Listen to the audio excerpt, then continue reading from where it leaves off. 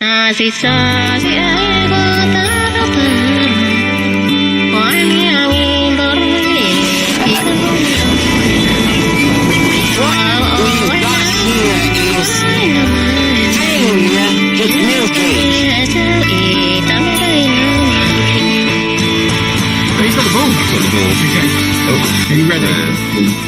Hi, g'day everyone, Matt over here. Sorry, is that me? That's me. The brick Broadstairs. At least I know the sound's working. Because I thought children don't fall from the sky and all of a sudden are 8 years old and build Legos. No, I'm not. Honest, I'm not. Backlog doesn't mind sitting there a little longer. It's been sitting there. It's on the landing, it's in the hallway. It's it might not mind sitting there, but I trip over it every so often. Be real careful. Exactly. That's such a good idea. Do Rebels versus Stormtroopers or something, and then I can have it in an every Lego Star Wars mock or something. We should have possibly Brigapix. Sorry, joining us a little bit later on. Same thing, just backwards. Yeah. Is it going? I see how you're moving it, so I can't reach. No, oh come on! These mini girls are cheating because they've got way more leg in play. That's mock here, and I've got my mock there, and Stranger Things set there. Not very organised. I have to show you this. Oh, no, I have to show you this.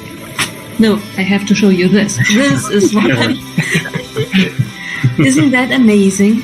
Because this is the first ever time I've been on the live, I didn't want to build anything too big or anything too complex, so I'm going to attempt to build that.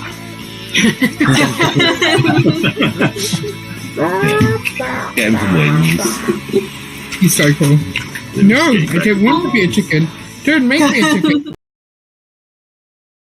G'day everyone, and welcome along to this Family Bricks live stream number 19 in this group. It's June 15th, and it's a warm one here in the UK, and having a quick chat to some of the other guests here. It also sounds like it's a bit warm in the continent and elsewhere as well, so hope that you are going well wherever you are, staying cool, and I think we'll just, hopefully get on with a few bits and pieces here. Every Thursday night, we just hang out together, build a little bit of Lego or anything else which might sort of come to mind, just chat and talk things over. So hope that everyone out there is going well.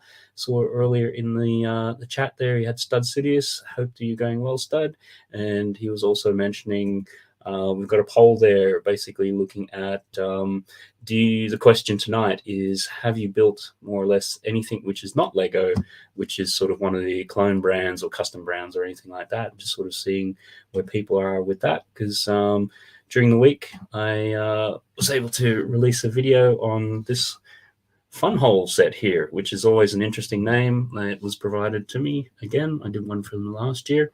And it enables you to build the actual model with the lights at the same time, so it's incorporated into it, which is quite good. So that's kind of where that's all coming from. And good evening to Simon as well. Hope that you're going well.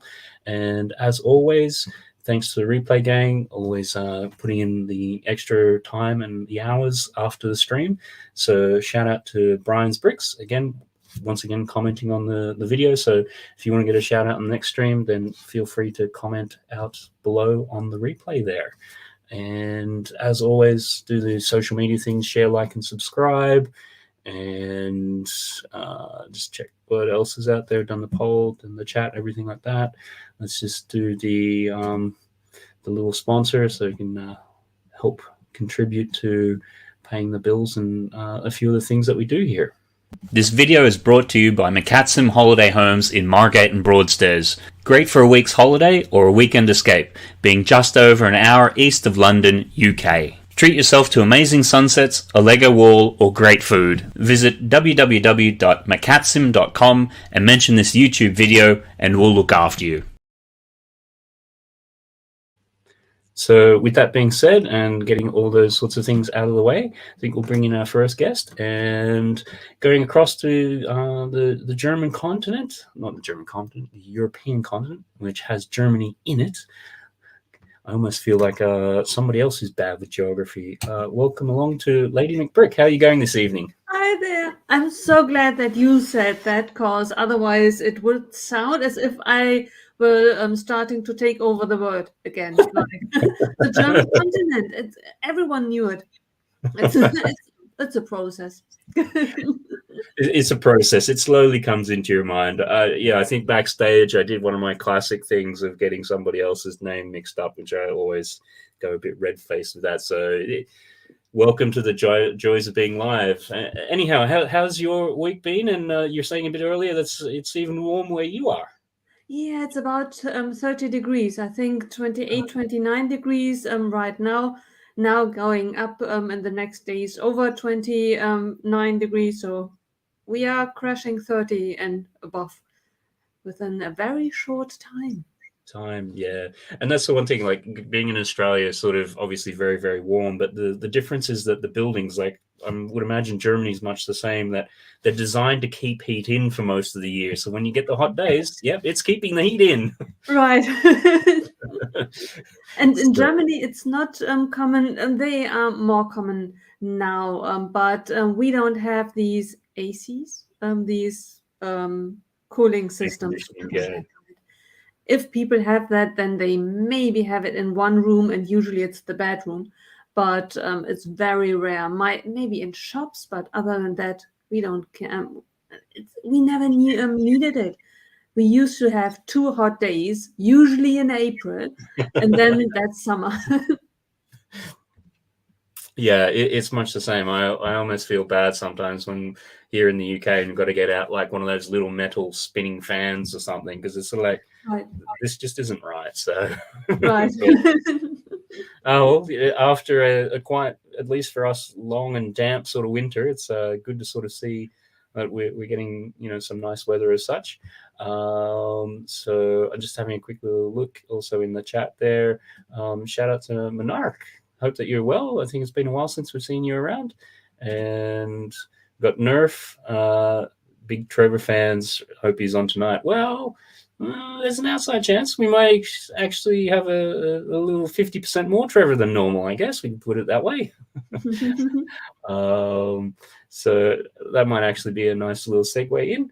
I'm surprised after his recent videos kept on powering along, and he's decided that he's actually going to join us and add a little bit 50% more in as well.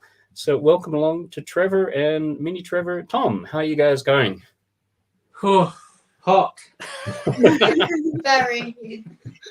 Yeah, I mean, it's that same old, especially for us who live in the UK, we always moan about the heat, but then when winter comes, it's cold. We can't wait for the summer. Right. So when it's here, you just enjoy it, but yeah, it's hot. I mean, I find night times it's been stifling. I struggled to sleep at night. I woke up at 2 a.m. the other morning and looked at what the temperature was outside. It's about 15, 16 degrees. It is very, very hot. So Right. enjoying it at the same time, though. We need to enjoy it, don't we? Yeah. I mean, that's always the thing sometimes with doing these live streams. You're sitting under bright lights and everything, and I even know the room that I normally do it from. In winter, it's great because it's nice and cozy, but in summer, it starts getting quite warm. And I'm almost getting a bit of a sense there, Trevor. You've kind of turned off all but the essential lights. Yes, Yeah. Try to keep cool. Yeah, it's very cool in here. Cool. And welcome along to Tom as well. This is your first time. I remember a couple of weeks ago, you were on Bonnie's live stream and sort of saw you doing a bit there. But I must admit that day, I think we were really busy and sort of came home and started watching the stream. It's like, I'll just close my eyes for a few minutes. And like 3 hours later, I woke up after sleep. So, Yeah. I guess, obviously you've been doing some stuff with your dad with the Lego and that. What are the sort of themes that you're kind of into? I mean, I love Lego. I collect Speed Champions. Also, I like Marvel, Star Wars, Harry Potter. Most of them. Yeah, If you just like whatever. it, Yeah, if I like it, I'll have it. Like. I suppose that's the thing. It's when you go along, it's like, Dad, I think we might really need this for a time lapse or something. yeah. 9 times out of 10, I'll be umming and ahhing and he'll talk me into it. He certainly don't talk me out of it. No. Well, I've been trying to talk him into the doing a time lapse of the Ninjago City Markets, the new one coming out. So you can keep working on that too, Tom. Keep working on me. Yeah. I mean, if you start it now, you might have it done by the time it retires. Yeah, exactly. Yeah, true. Cool. Just having a look in the chat as well. Everyone's saying hello. Ian's along from the Brickbots. Hope that you're going well. And got Simon saying it's only 50% humidity and talking about air conditioning units and all those sorts of good things. And welcome along to Click and Cliff as well. Hope that you're going well. And I think with that, we've got one more person to come in and a long-term fan and supporter of the channel, back from even in the dark old ages of COVID and things like that. And I think there's a certain little monorail stream that happened one time, which still just sort of powers along. And certainly the master of all things trains and mocking of castles. Welcome along to Brett's Builds. How are you going? Hey, Brett. Hi guys, hope you're all well. Yeah. It's, how are you holding up in the temperature?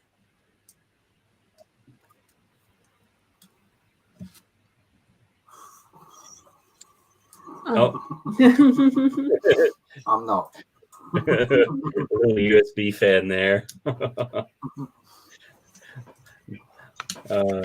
Excellent. So you're sort of just preventing yourself from melting away.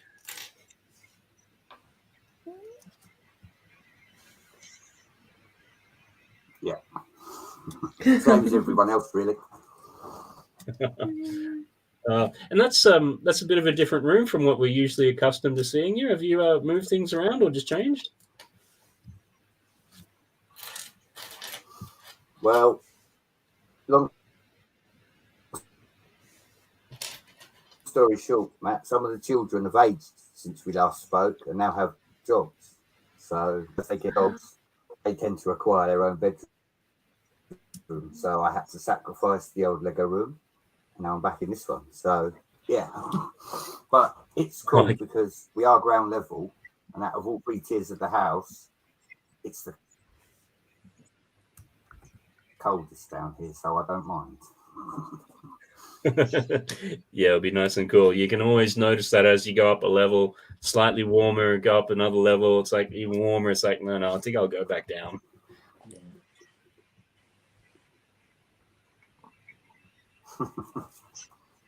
Yes, definitely. Cool. Oh, excellent. So I might just do a quick little run around and sort of see what we might be sort of building or working on tonight. So Nicole, have you what are you sort of going to be passing the time with in this nice and chilly evening? I am going to continue the builds of 2023 Rivendell. And how are you finding it so far? It's really nice. It's I absolutely love it. I love the minifigures. I love the structure. I love the details. It's absolutely amazing. I think my most favorite sets, sorry Trevor, are the Ninjago City, Garden, Harbor, and hopefully Markets. But City and Garden, Ninjago are my absolutely favorite. And I could imagine this will be among them.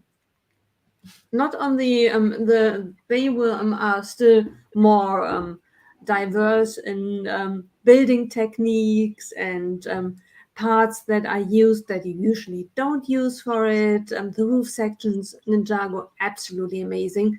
But this will be a little bit different, but still amazing. And it holds a really dear place in my heart because I'm a really, really big Lord of the Ring fan. And I love the scenery and I have high hopes that it really comes as close as it can be to Rivendell. Oh, excellent, fantastic. Yeah, no, it's we saw you sort of umming and ahhing a little bit with that over the last couple of weeks, and then yeah, certainly I've seen on your, I think you've been posting on Instagram sort of some process and things like that. So it's brilliant that yeah, particularly when you're a fan of some source material, that it comes along, and it's come along that one in style, and Right. it's nice that you're getting to savor it and enjoy it. And I could show you something, because I think last week we talked about double VIP points. Is that possible? We did, right? Yeah, I think it was double VIP last week. Yep. 1 second. I won't go far, but I will not hear you. I will just show you. Plug in again, and then I can hear you. Okay. So at the moment, she can't hear anything that we're saying. So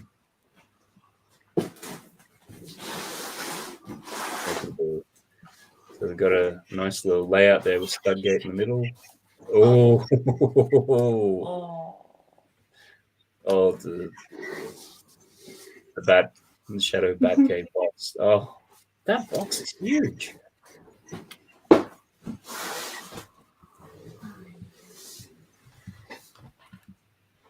My absolutely unprofessional unboxing Lego haul. You've just made Tom very jealous.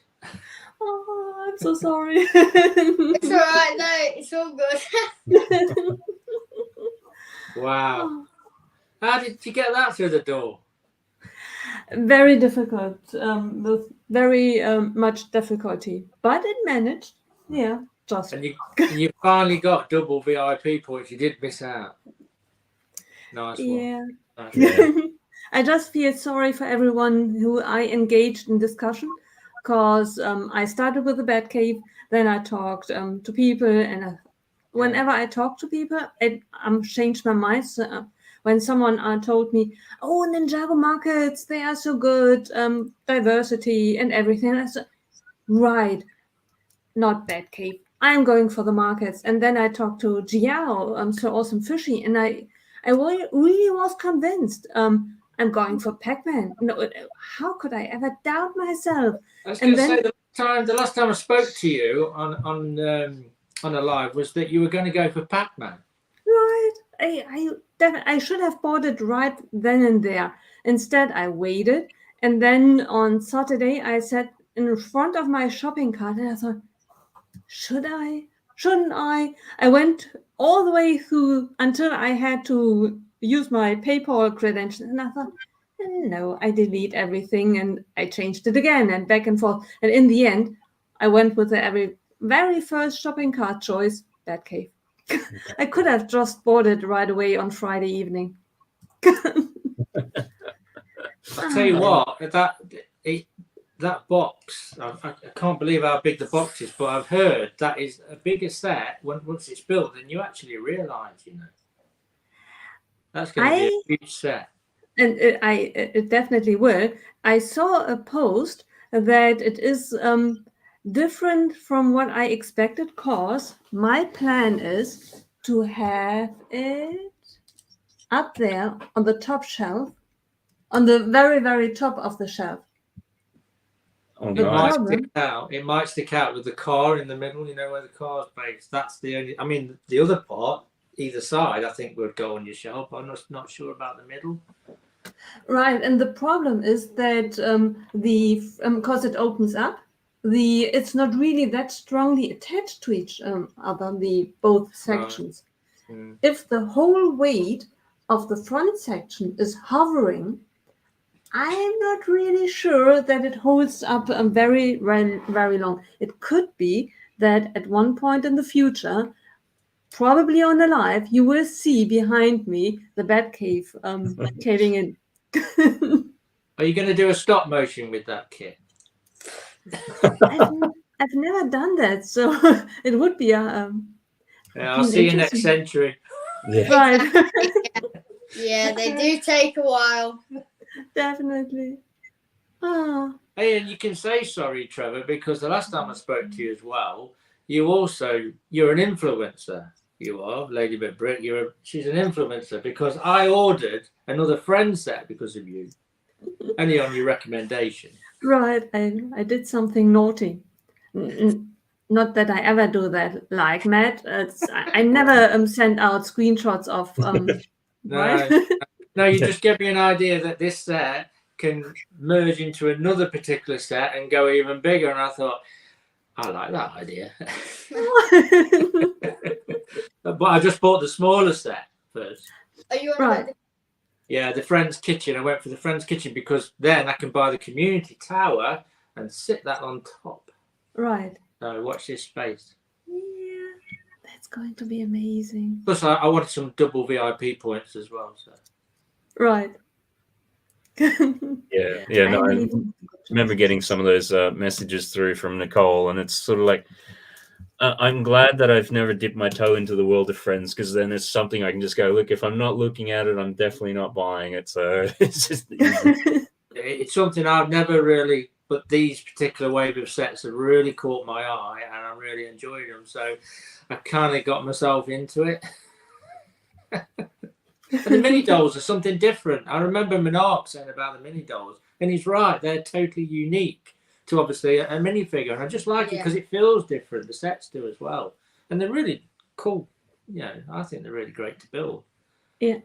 And I'm just, dipping my toe into the Friends sets. There's loads, but I don't think I'm going to go through the back catalogue, but I'm certainly going to buy a few out of this next wave. Or whatever Nicole recommends next.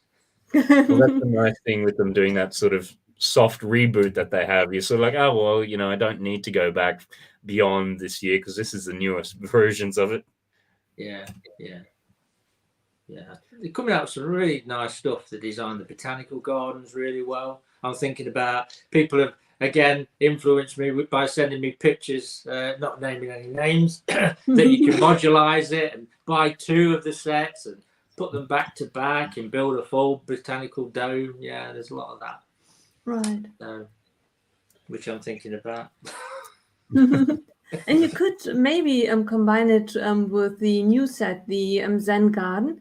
Maybe buy 2 of the botanical gardens, put them on a structure like the Zen Garden, and then you have a whole garden area around it. Could do, yeah. All right, now stop with your suggestions. And then Brett's come back. Brett, what are you sort of looking at? Are you doing any sort of little mocks or sorting pieces or anything this evening?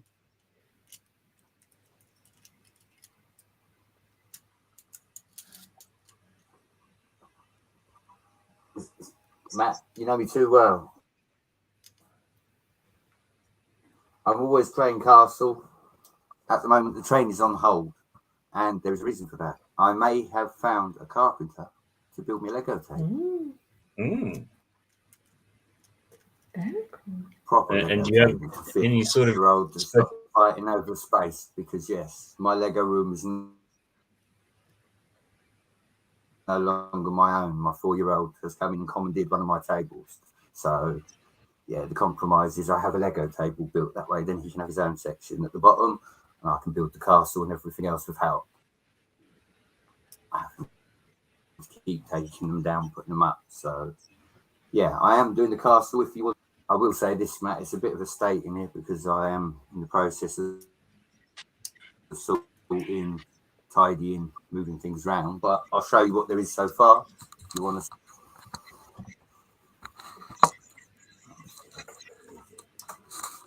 The castle itself, let's get the camera angle right. The castle itself is about 25 base plates.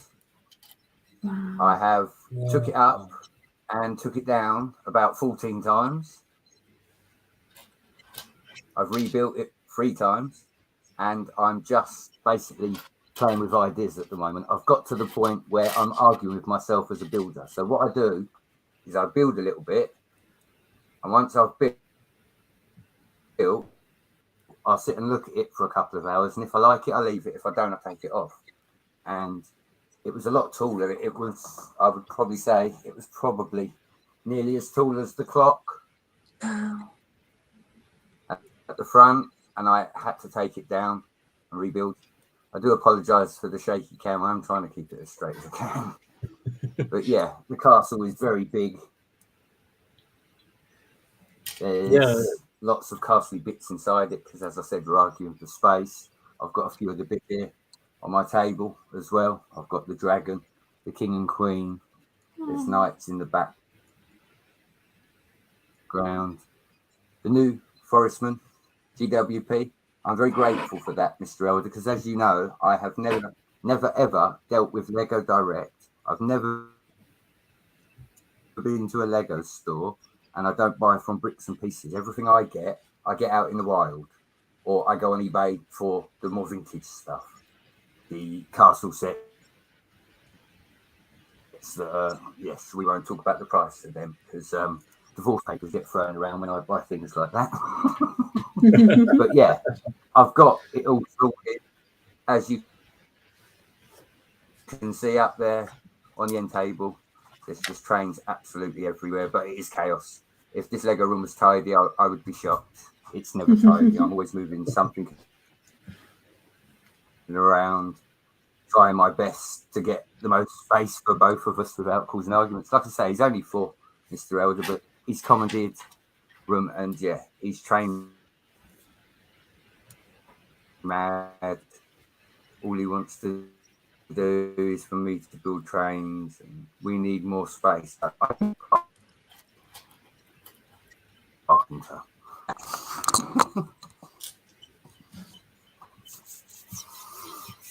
But other than that, I haven't really bought anything new. I do have a few of the Disney minifigures. Obviously, I got King John and Robin Hood for the castle. But yeah,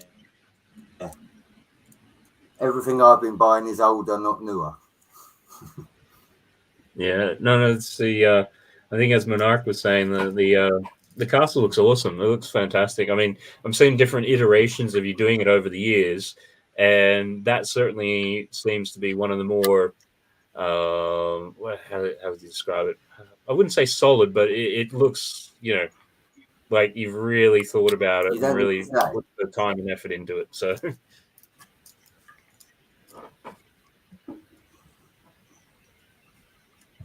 I went back the other day and watched my first video, Mr. Elder. Absolutely shocking. Absolutely shocking.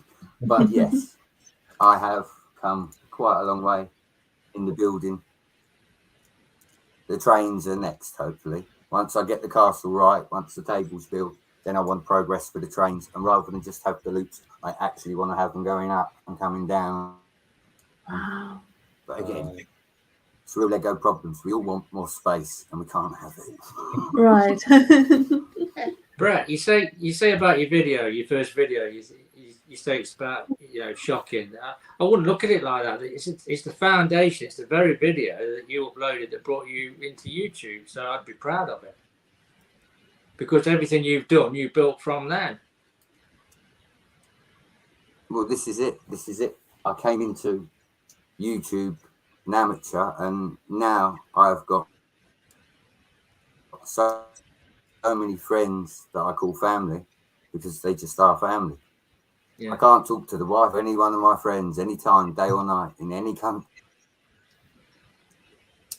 It's part of this for me and the people we meet. So that's what I come on here for, and I got that and more. And that's what I found. Everybody has welcomed me with open arms. There's a lot of love out there. For it, and the people. Yeah. Everybody's just a great place and a great community to be a part of. It really is. Right. It is. And the people are amazing. Everybody will take time with you, share tips with you. That's what I love about the Lego community. There's no competition. Everybody wants to help everybody else, and I love that. Yeah, that's how it should be. One big family, I'm picking up new things every week. New friends are coming along. I'm meeting new people. Online, you're speaking to new people. You get new people subscribe, new followers. It's just endless. And like you say, everybody has got that same sentiment. and they want to help you, support you, and it's just a great place to be. Right. Yeah. I mean, Tom, how do you find it at school? I mean, this community for me, we've definitely got a delay, Matt. My bad. Yeah, no, sorry. It's I think the delay there, and then also my side is pretty horrendous for anyone who's been watching this for the last couple of weeks. So yeah, don't worry about delay. Matt's got a delay. It's okay. But I just thought, Tom, I'm just kind of curious. Are kids at your school, are they still into Lego, or are they sort of phasing out of it, or do you talk to them much about it, or you don't? I mean, one of my best friends does Lego mocks of like Titans, mechs, and he likes to build things very creatively. So I don't see as much. Like, I'd say it was just me and him, but I know people do like it, and that's good. Because I know Lego isn't just for people like me, it's for you, it's for everyone, it's for all ages, all backgrounds, everyone. Yeah, no, that's certainly true. Just generally find that once you start getting into the teenage years, sort of drift away from it, and That's not happening. That's not happening. I've already told Dad, he's not on my backlog, it's all mine. I'm still in Lego. I did notice that he will like come home and play on the PlayStation a little bit more, whereas he used to crack open a kit and build. I have noticed that slightly changing, but I said I'll happily build and go into your backlog and build what you. No, you won't let me. He's fine with that. So he's just a bit slower than I am now. Oh. I suppose that's the thing. If you've always got your dad building stuff around you, it's sort of always going to be there. Yeah. So you mentioned earlier that you like some of the Marvel stuff, and do you keep track of or up to date with any of the sort of leaks and rumors and things going around? Yeah, So I do. I see stuff on YouTube saying, "Oh, there's new sets coming out, or like different waves." Obviously, can't wait for August 1st. I'm a big Star Wars fan with Ahsoka and all of that, so that'll be great. Yeah, because I think the actual show is, I think it's debuting. Is it August 23rd or something like that? Yeah, it's in August. Yeah, it's in August. I'm not sure because I think it might be the first when the Lego comes out as well. I'm not sure. I think it's a bit later. I don't know. Yeah. Anyway, we'll certainly see with that. But the other thing which is sort of really firming up now is the Avengers Tower. I think it's going to be over 5,000 pieces, about 20 different minifigures. There's some new ones, some old ones. So have you been sort of prodding your dad into that direction? I mean... You like the Daily Bugle, but you haven't gone on that one, have you? I love it. Like, it might sound like weird, but I love minifigures, like the Marvel minifigures, just from watching the shows, and it's just so fun. Like, it takes me back from when I was younger. I used to play with minifigures. Now I'm more into displaying and all that. Because you're really old now, aren't you? I'm not really. When you were younger. Yeah, younger. I'm not saying.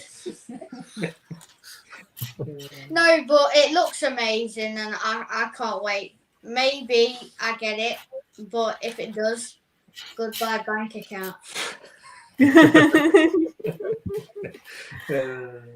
Yeah. I mean, much the same. It's sort of like had the eye on the bugle for a while, and it's sort of just because it's only Lego and Smiths, so the Smiths have got to come up with a good deal because I'm not sure Lego are ever going to get there.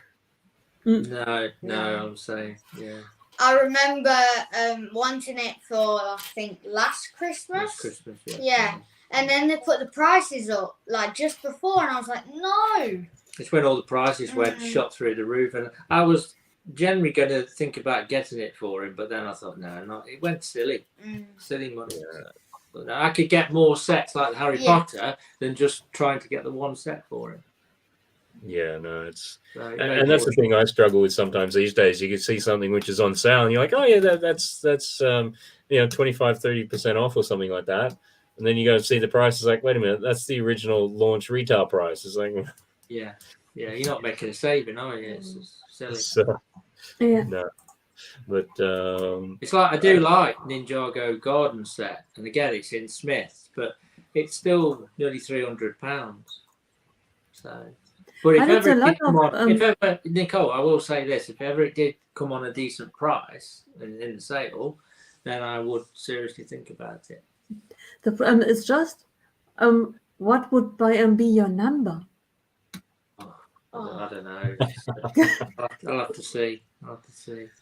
Because it's a beautiful set, though. I would agree. It's massive. It's it is quite a sum, and I'm still amazed that I took home the very first city, the Ninjago city, because I wasn't in Ninjago. I'm still not into Ninjago. That I went into the store section of Ninjago at all is a miracle. That I stopped by the set, saw the price, and still carried it home it's a miracle. But I'm so happy that I did, because when you build it, you will see that in comparison, you paid quite a sum, but you get a real big chunk of it. It's not something that you build in an hour or even a day. Yeah. I mean, going to things like Lego stores or events, and you come in with this mindset of what you're going to get and maybe how much you're going to pay for it and what's your budget. Life lesson: never have a budget, because otherwise you go in, you might change your mind a bit, you get more than you expected, and you blow your budget out the window. Oh. You can blow my budget out the window. Well, yeah. Trevor, I need your parental okay. If I ever get merchandise, I would like to have quotes on T-shirts and like never have a budget. Quote Tom. Yeah. Yeah. You sell them out of bucket load. Right. Oh, I love it. yeah, and then Simon Lego budget. What's a Lego budget? It's like there's the other meme which has been going around recently, and I wish I'd saved it, but it's like, you know, whenever we see these product launches, and it's usually in like the concrete bunker, and there's like one Lego set and some flowers and that, and then but the reality of it is more, it's like, you know, we've just got stuff piled everywhere and it's all a mess. It's Right. like yeah, just buying we'll just buy one or two sets and have them nicely displayed throughout the house. It's like yeah, okay. Right. So I guess the other thing, which I think even Trevor sort of passed this across to me earlier today, the new Disney castle. We've got some images of that which have come out of it looks like getting a little bit wound up there. What's your sort of take on it, Trevor? I like it, and because I never had the original, I think it'll be a goer for me. Yeah. First day, apparently. Well, I don't know, maybe. I'm sure Nicole will send me some more pictures of the front of it. Right. No, I do like it. It might sound weird, but I was hoping for a few more fireworks. I don't know why. Just the two. I thought a few more. But I suppose you could just go out and buy the parts and do a few more yourself if you wanted to. I think it'll look great with the light kit, you know, with the fireworks, especially. If they do some kind of effect with it, I think that will look really nice. But yeah. I do like it. And the simple reason, because I've never had the original, then I would like to go for the Disney Castle, because it's one of those icons, isn't it? You know, it's a set that it just needs to be in a collection. Did you have the original, Matt? Yeah, well, I mean, the little one's got it because he wanted it. He's a big Disney fan, and he wanted it like a few Christmases ago, and then Santa kind of didn't get it that Christmas. So then Santa got a bit of a nasty letter about that. So the next year, it sort of came along, and Santa remembered it. So yeah, it was. the thing which I did notice, I mean, okay, yeah, there's always going to be differences, but yeah, much the same as you. I guess it's the sort of thing we've been told it's going to have fireworks and things like that. So when you see it and it's got like 2, you're like, where's the rest of them, sort of thing. I did think, yeah, because when you look at all the fireworks that go off, behind the castle, it's tradition. There's loads, and I'm just thinking, I know you can't do too many, and you don't want to take the effect away from the castle, but I just thought 2. Can we have a little bit more than that? Yeah. It kind of reminds me a little bit of the tree with the A-frame cabin, sort of like the original design, like Lego Ideas design was quite substantial. That, and then when they did it, sort of like these little spindly ones, and you're like, okay, then well, so. Yeah. But the other thing I did notice, and having the original one, is the original one. All the minifigures, I guess, are more your what would you say, your classic Disney characters. So they're like your Mickey, your Minnie, your Donald, that sort of thing. Whereas obviously this one is more in your princesses line, with things like that. So, Nicole, is that have you mentally already spent money on the Disney castle? What's your thoughts? For some reason, that's not mine. It's I can easily look at it, and I'm not tempted to buy it. Ooh. Okay. I don't know why. You heard that? She's not tempted to buy, not yet. No, yeah. Do we know how many minifigures it is going to come with? I think, was they saying, someone in the chat can probably correct me on this. I mean, Monarch's probably there. I think it's about a dozen. And certainly from what they've shown so far, I think they've had like a couple of pairings and that. So, or maybe it's 10 or something like that. So, with how many fireworks it includes, no? Yeah. I mean, on the Batcave, how many minifigures did that come with? Gonna count them. It's 8. I think 8. it's 8. Yeah, because normally with big sets, like if they're not modulars or something like that, and with like things like the Daily Bugle, you got a lot of minifigures with that and other sets. I would have thought they would have upped it a bit. I think it depends on the theme, because if you buy Star Wars, you get very few. Yeah. I was going to say, it's like Superstar Destroyer, or not the Star Destroyer. It's like, I think you got 2 of them, and one of them's like a generic sort of one. And the UCS. But it seems to be very much, once you get outside of that, as you said, Ninjago, lots. Marvel seems to be lots. And then, so I think it comes down to the sets and the licenses. I think, you were just talking about the Avengers Tower. I think there's going to be 22, am I right? 22 minifigures with that one. Yeah. Wow. Which I think, because the Daily Bugle, does it have 21 or 24? That's a lot. I'm not too sure, but it's got a lot. Yeah. Yeah. Probably 24, I'd say. If it's 22 and the other one. I mean, they do a lot of exclusive minifigures with these big sets, like with the Daily Bugle. You couldn't get a Miles Morales minifigure. You couldn't get any of them, so it's even more temptation. Right. Yeah, surprised with the Bugle, you got a Punisher figure as well. It's sort of like, okay, yeah, that's because you're not likely to get that by itself, but yeah. And I guess the other one is that's been sort of announced is the El Dorado one. What are our sort of thoughts on that, Brett? Being sort of in the classic sort of vein. I don't know if you've seen it.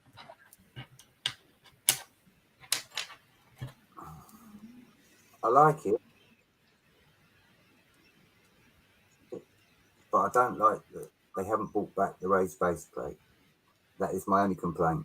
Having the raised base plates myself, Lego should have recommissioned that. I think that would have been a really good seller for Lego, and everybody would have gone absolutely mad for it. They missed an opportunity there, Matt. But if it's brick built, it still looks good. I like that, but I also like, is it the Hocus Pocus house? Yeah, that's a good Oh. set. Kind of got my eyes on that because I think that's very good. I like that myself. Yeah, I agree with you, Brett. It's nice. Done a nice job with that. Yeah. So many big sets, and we all want them, and we're like, where do we get? Like, how can we get them? Matt's going to start up a new loan company. And like things with large minifigures, like in the numbers, like when you get 24, or Star Wars fans, when we get things like an 8080 and all that, we want a lot of minifigures. We want like all the clone troopers, and we just don't get it, which I think Lego could do, and I think they'd sell a lot more. Well, that's why they bring out the little battle packs and things, so they can get you buy like lots of them. But yeah, because apart from the only time they've really given you like a lot of figures is in the Cantina. I think there's about 21 figures in that, but that was sort of in its Master Builder series, and I can't remember. I think the original, like the Death Star 1 and 2, I think I've got a lot, and Cloud City possibly. But yeah, by and large, it's like if you want the minifigures, you're buying them separately. It's not bad when you are into minifigures to buy the smaller Falcon, because I bought the one that is currently out, the not the big one, not the UCS version, the 120 euro version, and I think it comes at least with 6 minifigs, if not more. I mean, like with the minifigures, the minifigure cases that have come out at Smith's are really good. They look really good, and I'm sure we haven't done ours yet, but they will display amazingly. Like with the LEDs and the Lego, they go so well. Yeah, right. So. Yeah, I saw that in that haul video, and I think even messaged Trevor at the time. It's like, where did you get that from? So yeah, we took a little detour, a little side trip. So I think what's the like I've known with the Hocus Pocus, it was a Lego Ideas. I think it's based upon a film. I've never seen the film. What's the nice way of saying it? What's the deal with Hocus Pocus? Like, what's, apart from sort of being Halloween, what's the sort of attraction to it? I mean, we haven't seen the movie yet. No, we're thinking of going to at the weekend sometime, and I'm sure that will be nice because we'll relate to the set more. It looks like the with the frame. Sorry, Brett. Sorry. I think he's got quite a bit of a delay, Matt. Yeah, I think I know he's sort of playing around with his setup a little bit earlier. So, and I thought I had a bad delay, but it's not just me. I don't feel special anymore. So, do you want to tell Matt what we're going to build? You'll start it. Right. It. So, if you've watched Lego Lassie's Bonnie Bricks' stream, I'm sorry, I get caught on that. Bonnie Bricks' stream, we built the ice cream parlor, and if you've seen the whole video, we bought the ice cream parlor to put with the ice cream truck and the slushy van. Now, Dad built the slushy van with you last week, was it? Or no, what is it? Ice cream van. Yeah. So we're building the slushy van. Very cool. Yeah. Oh, nice. Yeah, we thought because of the temperature, we built something that at least make us feel a bit cool. Yeah. It's as you get late into the stream, and I see you there trying to suck on the end of it. It's like that probably wasn't the best idea.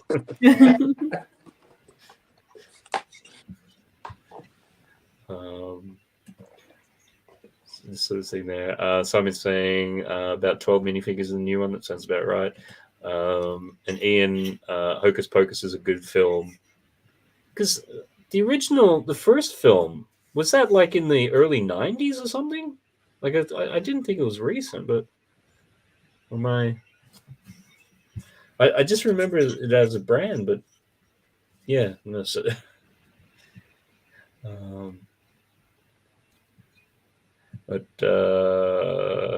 got I think the Brick Bods evening all been lurking, loving Mini Trevor, and I'm guessing because we've had Ian on the other one, that must be Carrie. So good evening as well. Welcome along. Hope that you guys are going well, and probably not melting where you are as such. And Monarch, yeah, I missed the other 4 indeed. I have my eye on the 8, LOL. Yeah, I think you were saying earlier, Snow White and exclamation marks and things, which I think when I was looking at somebody, maybe it was Brick Clicker's video, the hairpiece, I think, or the hairpiece is new, and the facial expression might also be new. Brick Balls loves the slushy van. I bought mine with Greg's money, makes it even better.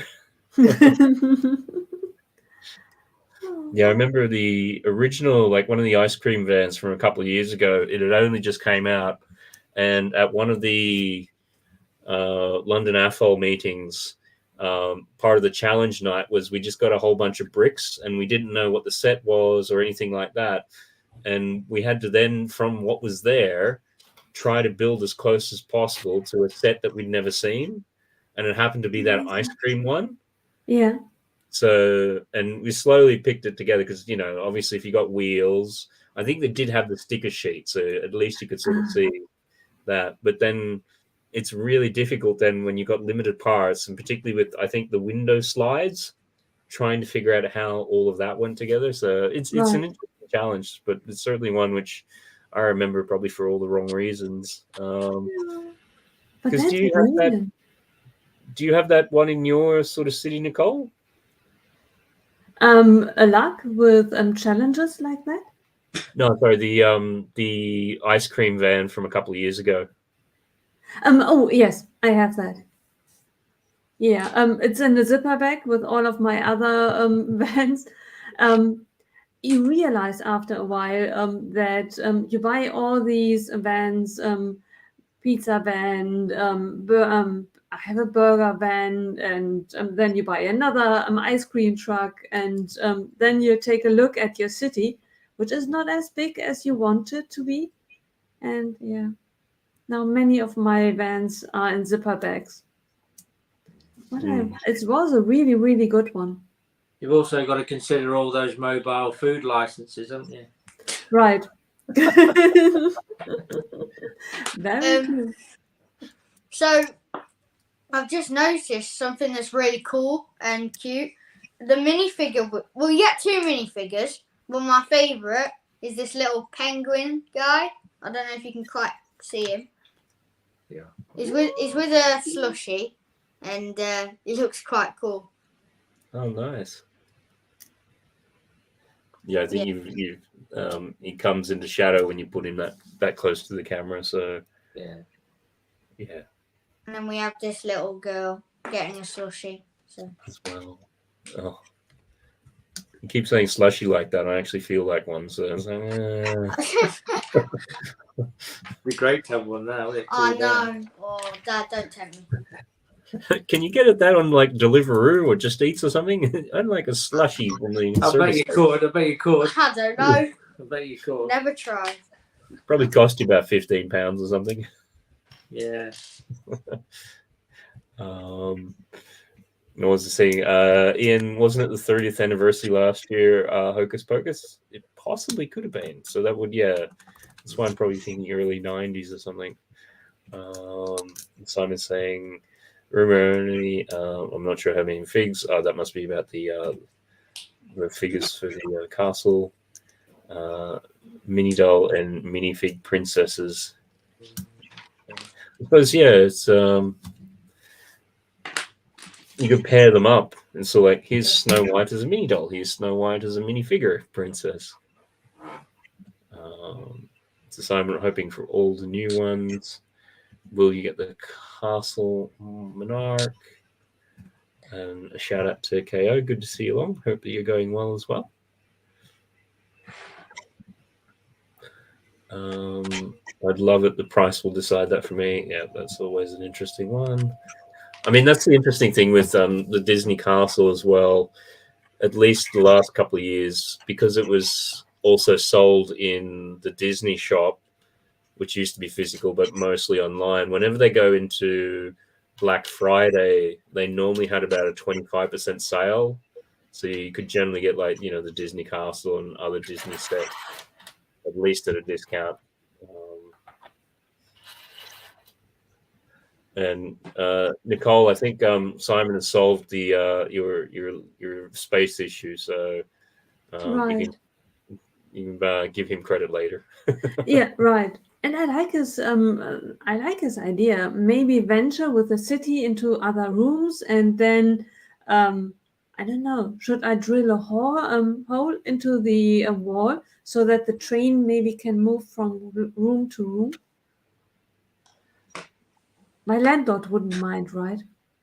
Well, it's the sort of thing, like if you've got it sort of as like an underground sort of level or something like that, then they may not ever see it, particularly if you just happen whenever they do an inspection or something, you just put a chair in front of it. Right. I like Just it. don't have the train running, because otherwise it's sort of like, wait a minute, wasn't that in the other room? How come it's in here now? Like, Right. It's the same room. It's the I have the same train in every room. It's yeah, I just got 3 or 4 of them. Don't worry, they go on sale often enough. right. I've not even looked at a train, not yet. I haven't seen anything.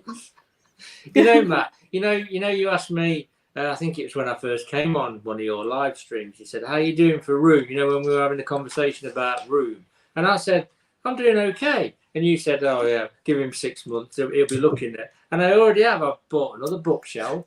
I'm thinking about buying another bookshelf. And it's like, they're not for books. I'm not buying them for books. No books. And it's like, yeah, he's right, because as your collection grows, even my partner tonight, she said, I was on about another set. She said, well, where are you going to put it? Have you decided where you're going to put it? And I thought, no, not really. That's not how it works. We buy first, then we bid, then we decide. It's the same with the big Hogwarts castle. Yeah. When I bought it, there was no way for me to put it anywhere. The space will appear when the set is built. It's magic. I mean, you've got Rivendell, Nicole. You've got Rivendell. You've got the Bat Box cave. Geez, you'd be running out of room. Right. Although at the moment, fingers crossed. Have you filled those cabinets that you were showing on Instagram? No, not yet. But I have to admit, in all honesty, let me see. Can you see on that side of the room? Yeah. Those are moving boxes. Right. And the top 4 are empty, but the others are filled with sets and zipper bags. So I have plenty of space, but only because I cheated. 3 years of Lego collection are now in zipper bags, and I'm starting to buy new sets. I could build the others, but where's the fun in that? The cheating, but I'm just going to say that's as soon as you went over to those storage boxes, it's like, is this the mythical zipper bag collection here? Like, right. Keep on hearing about. Right, and there are amazing sets in it. There is the blacksmith in it. There is the idea set, the tree house. It's whenever I see other collections, I realize, oh, I have that set too, and I have that set, and I have. Oh, right, they are in zipper bags. I just got the blacksmith set myself because I've heard that it's retiring at the end of the year, so I thought I need to get that one. Right, it is fun to build. Yeah, I mean that's another one which they had the significant increase, and yeah, when it goes on sale now, it goes back to like the original initial launch price. So yeah, I think I managed to get one of those ages ago on sale, so I'm sort of like happy with that. But I've sort of looked at it and gone, could that be a good investing one? But is that the one? It's got a light brick, hasn't it? On the right inside. I don't think Does it? Right. I think it has. I remember Yeah. seeing something about it. Because your back cave has got a light brick as well. Right. It will not do me much good sitting up there on the shelf. No. Unless if you really want to see me climb in my future live streams, like, okay, show us the You think, because obviously Lego do a light brick, as we know, but you think Lego would want to, I don't know, do more parts that can kind of light up? There's never really, other than the light brick, they've never really moved on with that, have they? I've noticed. they Never brought sometimes anything do. else. Because I have at least one set, the green tree, the green tree. It has a light thingy. If it operates, you can turn in the lights as well. Right. Okay. Yeah, they did have. That's up there. Do I dare get it?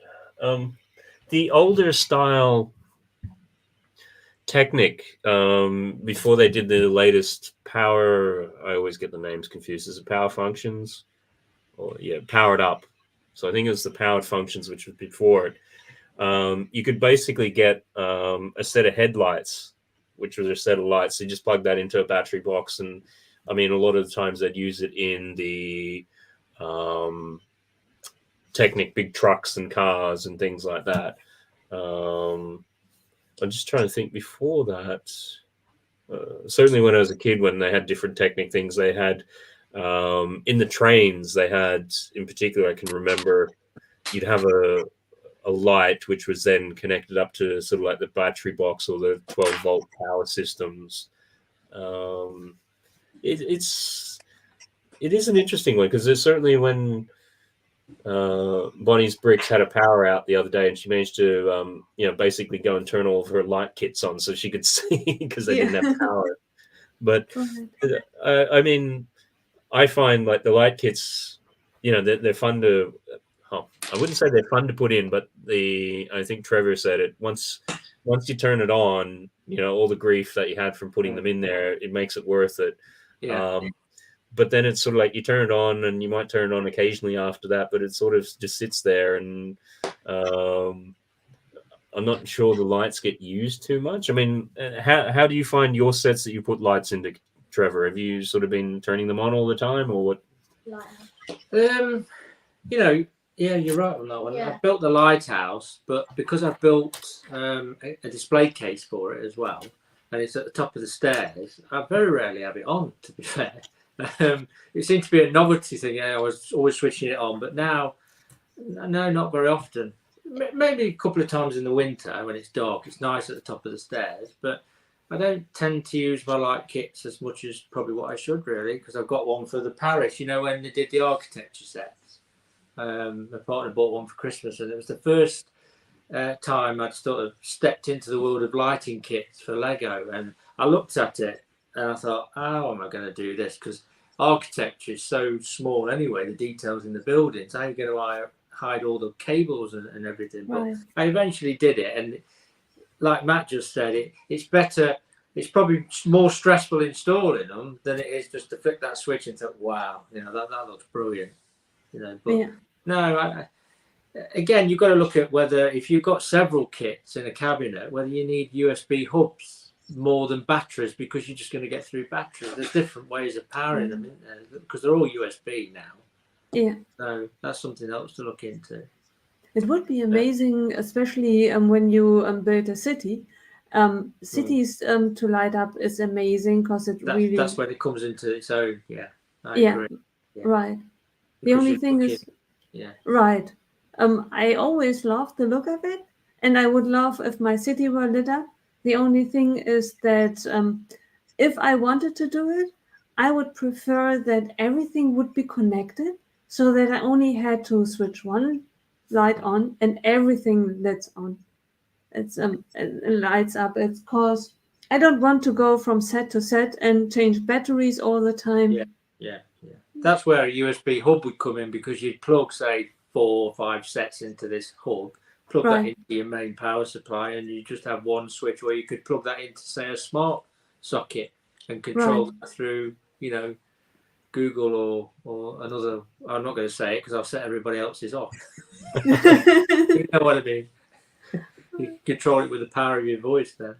Yeah, that would be amazing. But it was interesting watching your video, Matt. That was an excellent review, and anybody that hasn't watched it, I urge you to watch it because it's interesting. Because we're used to dismantling sets and installing the light kits afterwards, whereas there are competitors out there, Lego, that you install the lighting kit and the lights, if you like, as you're doing the build. And I want to give that a shot. I want to see what that's like. Because it doesn't look so frustrating as it would be when you're trying to dismantle a kit to put the lights in afterwards. And Yeah. I think different ones. Your fun hole has high quality, right? Yeah, it's they've only been around for about a year, and so this is the one which they sent the other day for me to have a look at. It's only just been launched, and can I turn off some lights to sort of. Oh, what's the other one? But yeah, it sort of gives you the idea. There's one of it, that one there, and I mean, by the time we get through all the lights, something like that.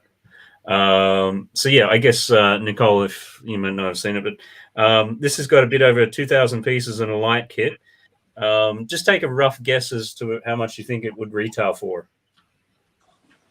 £160 UK.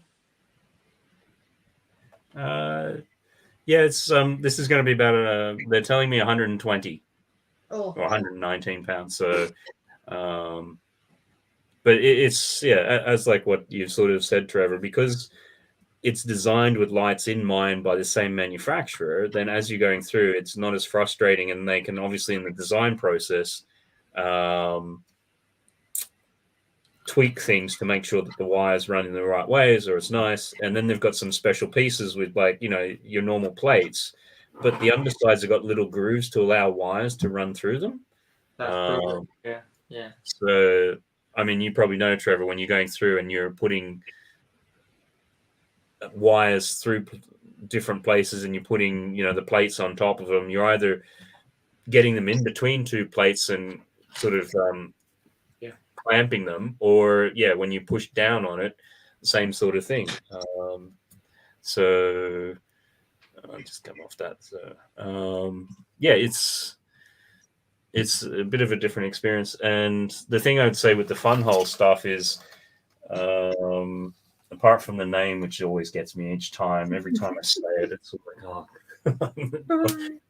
I know what they're going for in terms of, wholesome fun and things like that. But, being a Chinese company, it didn't quite translate quite as they. On a positive note, I think I'm going to go to bed because I'm very tired and obviously school. I just want to say thank you for having me on. It's been an honour. It's been really fun. It's been a pleasure to have you here. Thank you. Thank you. It's great to have you on, and we'll certainly have to have you on again another time. And I think talking with your dad, there was a series which I did a couple of years ago, which was sort of me and my little boy, father and son, just building some Lego sets and things like that. So might try to do some of those streams over summer or something, just sort of trying to work out when I think I might be able to do that and everything. So, all right then, good to have you on, and have a good night, and we might see you again sometime. Thank you. Say hello to Bricker Pitch for me. Bye-bye. Bye. We'll do. We'll just leave her in the carry room forever. Right. So, Brett was, I got a message. He's having some internet issues, so he may try to jump on if he gets a few more bars. But there was one thing I did pick up from what Simon was saying here. Look up set 970 in terms of how they used to do lights. And I've managed to get, if I can just pull this up here, is this going to work? No, of course, my phone wants to flip every which way. But what you used to get is these little cables here, which would plug into these bricks, And then in front of it, you could put whatever sort of transparent. And they used to do it a lot on, the police cars and taxis and everything like that. And they work quite well. So it's one of those things where they've done the sort of lights in the past. Right. I wonder why they stopped. Yeah, it's a good question. I mean, it's to some degree for mine, with some of the things, it felt like, and maybe it's just because you're getting older, it's like there's certain things that in the past they seem to have done better than what they do currently. Yeah. Do you think the knowledge was lost? That the generation who used to design these things are not there anymore, and the new generation doesn't know about it, that this might have been an option? It could be that, or it could just be like in the case of the monorail, which I've never had confirmed. Apparently, the monorail was licensed. It was never their proper design. Yeah. So allegedly there was a problem with that. And apparently, I mean, that's also been the rumor with the base plates as to why they sort of moved away from them. Again, it was made by the patent holder or whatever was the third party. I don't know. Because I think when we were talking about El Dorado earlier, and a few people commented, they should have, brought back that. Well, if it's gone the same way as the base plates in terms of they're not doing it, or there's been a problem in the past, right? But I think the other thing too with those raised base plates is I think they become quite popular because they're rare. So if you ever wanted to get it, you've got to spend quite a bit of money. But as base plates, okay, yes, they give you that height, but you're then locked into that configuration. Yeah, like, right. Okay, that's what you're going to be very limited because there's a ramp here, there's heights here.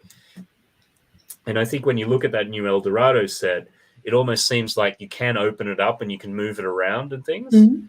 But another thing that when you were asking, well, why don't they do it, or lost knowledge or something like that, it does make me wonder if Lego sets previously, for mine, felt like, okay, you build something, you take it apart. You build a different model, you take it apart.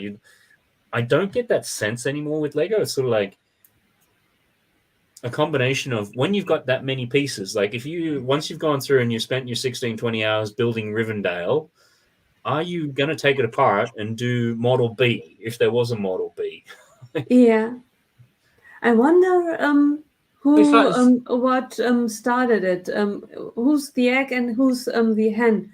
Because I remember talking to a friend of mine, and they got a gift, a really old Batmobile,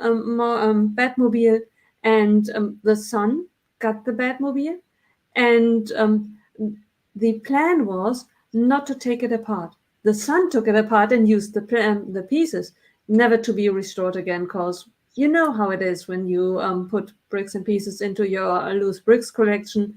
They are theoretically still there. To find them is a different matter. For the son, no problem. For the father, a different story. I could imagine that Lego still kind of is open to it, but it's rather us who put it on shelves and never touch it again.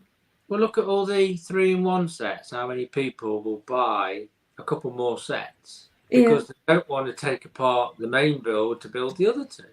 Yeah, right. And there are people that do that. Yeah. Or even when the it was great marketing when you did the Beatles mosaics, or some of those mosaics, you have 3 different ones, so then people buy all 3 of them. Yeah. Admittedly, though, after you've done a mosaic, if you've ever had the displeasure of trying to take them apart, they're not fun. Right. Yeah. Right. But I think that's too the sort of thing, like back in the day, your Lego sets would only have 200, 300, 400 pieces. Like that was, if you got 500 or 600, that was a big set. Whereas now, like the Technic sets by themselves, you'll have 500 pins. Like it's just right.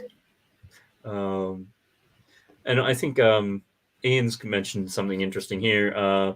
Didn't make the electronic components, so they couldn't offer them at a decent price. I think, yeah, that's also another element of it too. And is it just the sort of things, or maybe it's our imagination when we were younger, everything was kind of cheaper, and in relative terms, if someone else pays for it, it feels much cheaper. I suppose, yeah, when your parents are paying for it, it's like, yeah, no, it's fine. Right. Because that's one of the things in doing the series of most expensive Lego sets. Part of the reason I started that off was because, everyone was complaining. Well, not everyone, but everyone talks about, the rising prices and everything like that. And it's sort of like, okay, well, let's start looking at the top sets for all these different years and what that actually means. But I think, as I've commented before, the thing which I've noticed is the actual the part per piece ratio, which I know is going to trigger Ian because he hates that. It's actually remained the same. If not, it's gone down slightly. Okay, yes, you're getting a lot more tiles and things like that. But what it actually means is that your bigger sets are actually having more pieces in them. Like, your biggest sets used to be 1,000 or 2,000 pieces. Now they're creeping up 5,000, 6,000 is pretty common. Like, I mean, Rivendell's got, how many is it, 6,000? I think so. Yeah. Yeah. The Bat Box has got, I think, 400 or 4,500 maybe. Yeah. The latest Ninjago one's over 6,000. The Avengers Tower looks like it's going to have 5,200. Like, it's just. So I think the models, as you're building them as well, because you got that many more pieces, it requires that much more time, which means you're that much more likely not to want to pull it apart. Right. And what are you going to do if you really took it apart? What are you going to do with these bricks and pieces? Are you going to build? You must have a plan, or you put it back in a box and want to sell it or rebuild it sometime in the future. But if you don't do it, if you really have a plan, you usually don't use 100%. Maybe you use 20% or 50%. What are you going to do with the rest of the pieces? Because then you move on from being a set builder to a mock builder, and then you have a totally different problem. Not only having a place for your sets, but having a place to sort your loose bricks and pieces. Yeah, it's having, with the kids having their own little bricklink store and having sorted everything and things like that. Yeah, you're then talking about a different storage problem in terms of using all the little sorts of screw type things to store it. Or who was I watching? I think it was actually one of Maxine's Bonnie's Bricks videos. I can't remember, it was a new one or an old one, or maybe it was her vlog where she was going through and she had different I think it was an IKEA set of drawers and all the different things in there, and seeing, she was having that thing too of trying to sort stuff out and that. And it's the latest one about sorting your pieces, bits and pieces out. Yeah. So and it's incredible how many in how many categories you can sort. Well, everybody's different as well. People will sometimes go on what elements they are. It doesn't matter what colours. Other people like them in set colours, don't they? And it's just, everybody's different, I think. It's whatever you want to go for and whatever you want to organise. We're all different. Right. Yeah.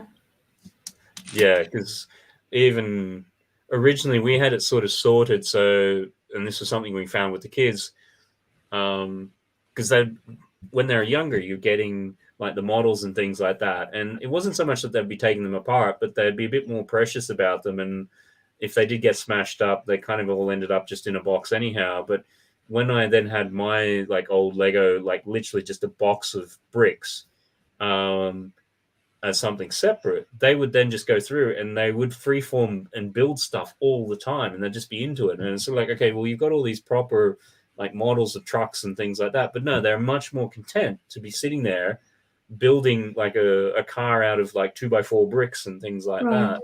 So initially we started sorting it all out in terms of all the different pieces and things like that. And we're actually printing off labels, because generally at that stage they couldn't quite read, so there's no point writing on it, wheel or something like that. So you just put a picture on it.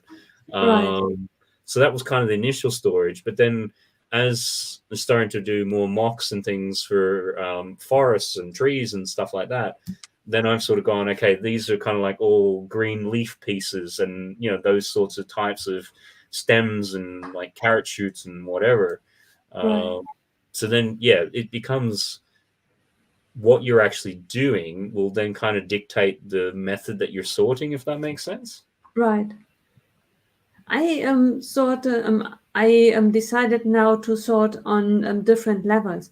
I have on this part of the city, my left side, your right side. I have within the cupboards a drawing system. There the pieces are really in categories which are really, really in small categories. So if I use a search for a 1x1 or a 1x4 brick, I know exactly where to go, and it is separated. But I can't build like that, because if I build and want to take it apart, it takes forever to put the pieces back into place and sort out other things. So on that side of the room, I have a really wide section of very rough sorting. I think there are only 20 categories that I sort into. And I hope that this building will allow me to be more flexible. Because I don't know, for me it's a bit limiting. If I realize I want to build something and if it doesn't work out and I need to sort it back, I don't want to do that. Yeah, it becomes that forever sorting conundrum. It's and that's why one thing which we also did too was to get all the Lego off the floor. We have like it's this really cool Thomas the Tank Engine sort of table, and on the edge of it is like raised track. So you can put like all the Lego pieces in it, because it's got the raised track on the edges. It can't fall off. Yeah. Because whenever you want to go to vacuum, if the kids have been in there, so it's easy enough to say, look, put everything up on the table. Right. And then every once in a while, you do. You just have to sit there and go, right, we're going to spend the next couple of hours sorting everything back into the drawers. Right. Or, if they're being particularly naughty or something, it's like, right, 10 minutes on the Lego table, go sort. Right. So, but it becomes that conundrum of how much time you're actually spending sorting versus how much time you're actually spending building. Right. Which then I've found sometimes then with the digital tools is really handy, because then you can do whatever you like digitally. And then particularly with the way stud.io is, you can just go, right, move all the pieces there across the brick link. Okay, sort. So, yeah, right. And then brick bods come in there. I don't find sorting to be a punishment. I quite enjoy it. Well, we'll have to Tom Sawyer that and get you over here. There's plenty to sort here, and you can enjoy it to your heart's content. Right. If Carrie hadn't said that, I would have been tempted to pay her. But if Carrie enjoys it, wouldn't then she be paying us? Because it's her entertainment. So we would be paid for our loose bricks to be sorted. I like it. We had as what you said, you had to spend so many hours putting your mocks together and starting to disassemble them to get to that point. Like you've invested time, but it's very much that Tom Sawyer sort of thing of where he convinces all of his mates that painting the fence is actually fun, and then charges them for the privilege of doing it. I like it. So, I mean, Trevor, how have you sort of managed with your kids? And I mean, it sounded like before, Tom has got his specific backlog that you don't touch, and sort of do they sort of have they in the past freeform build, or how's that sort of all worked? Tom, we bought these a bit like a toolbox type, where you've got the individual compartments. So we put Lego in there, and obviously when it was just starting to get into Lego, I bought just a general box that you buy of various bits and bobs for them to play with and build, just, you know, mocking away and just building what they want to. And I've got the same kind of cases where I just put the odd pieces, but because I don't really do any mocks, not yet. I haven't really got as much sorting as you guys have, you know, with all your parts, etc. I haven't got a city, so I guess I don't have as many parts as what you do. But yeah, we're starting to get a collection. And then obviously he's done kits that he's built and he's just dismantled them, and they're all in one big giant box. Don't go through that, but you know, to make other things, and because he's already starting to look at what he wants to make out of his own mind, his own imagination, you know what I mean? Which is great. That's what it's about. It's about using your imagination. And I take my hat off to, you know, all these photographs I've seen of all these displays that are coming up at Chicago Brick World, and it's just amazing. I don't know how to do it myself. I don't seem to be able to be that clever enough to apply, and maybe, you know, if I give it a go to actually build something out of my mind, I don't know, but I just take my hat off to them because the work ethic that goes into it and some of the design is just wow. And I'd actually go as far as if they were producing them as sets, I'd actually buy them. You know, they really are good. Yeah, and that's the interesting thing with some of the social medias, particularly once you get to know a few of the personalities and that, like just the logistics of, because some people going to Chicago, going from halfway across the country or the full way across the country. So it's not like, you know, you've got this massive mock that you have to somehow build, have modular, take apart, organize it, drive halfway across the country, set it up. Yeah. Hopefully you didn't get a box back at home somewhere. Yeah. I've seen pictures where people have built purpose-made boxes so they can take, you know, take parts and not have, hopefully that they won't dismantle on the way there, and different things.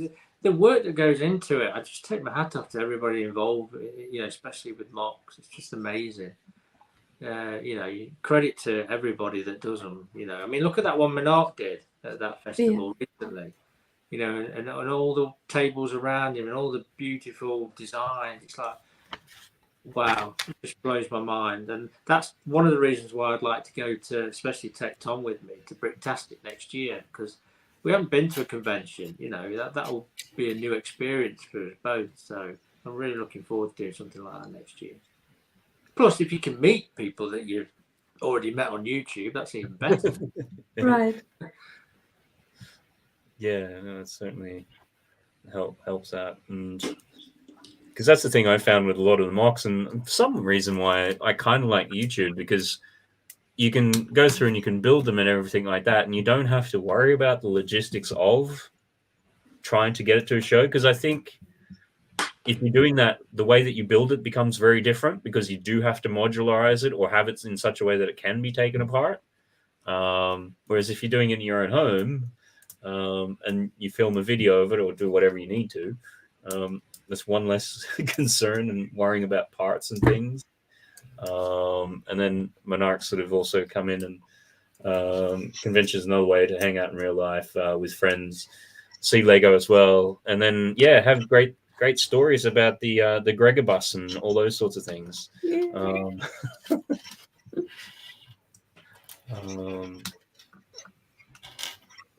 There was a comment a bit earlier, which I just want to go back and pick up on. So one of Simon's. Yeah, Simon, if you're still there, I would love to see the top 5 pocket money sets to see how they compare over the years.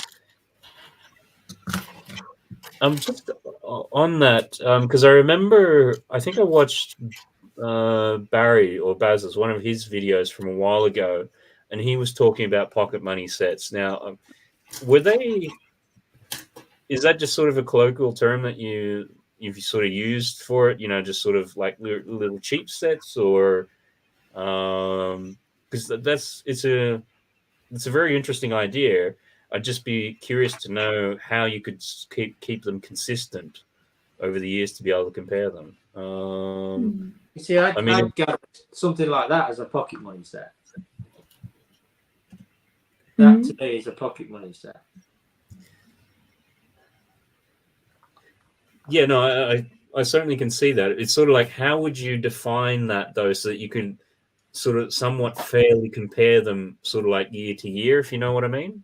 Yeah, because obviously, different things come out year on year. Yeah.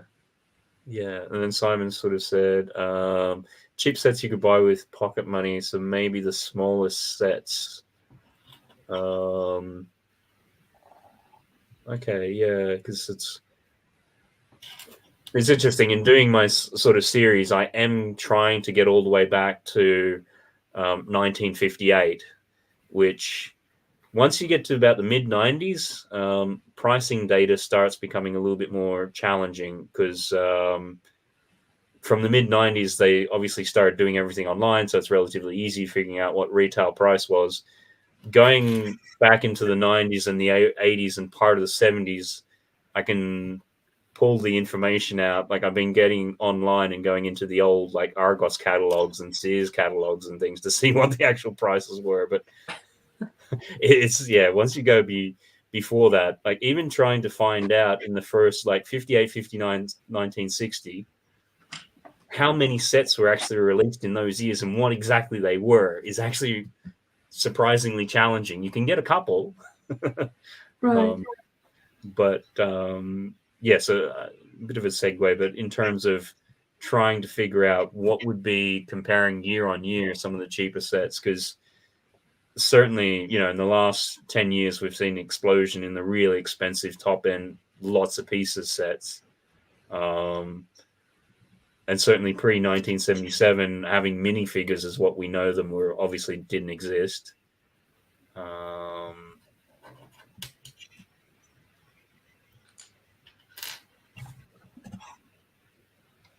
What do we got? Cheap sets you buy with pocket money, so maybe the smallest sets. It's also too, as you go sort of 80s and earlier, a lot of your smaller sets were almost like parts packs.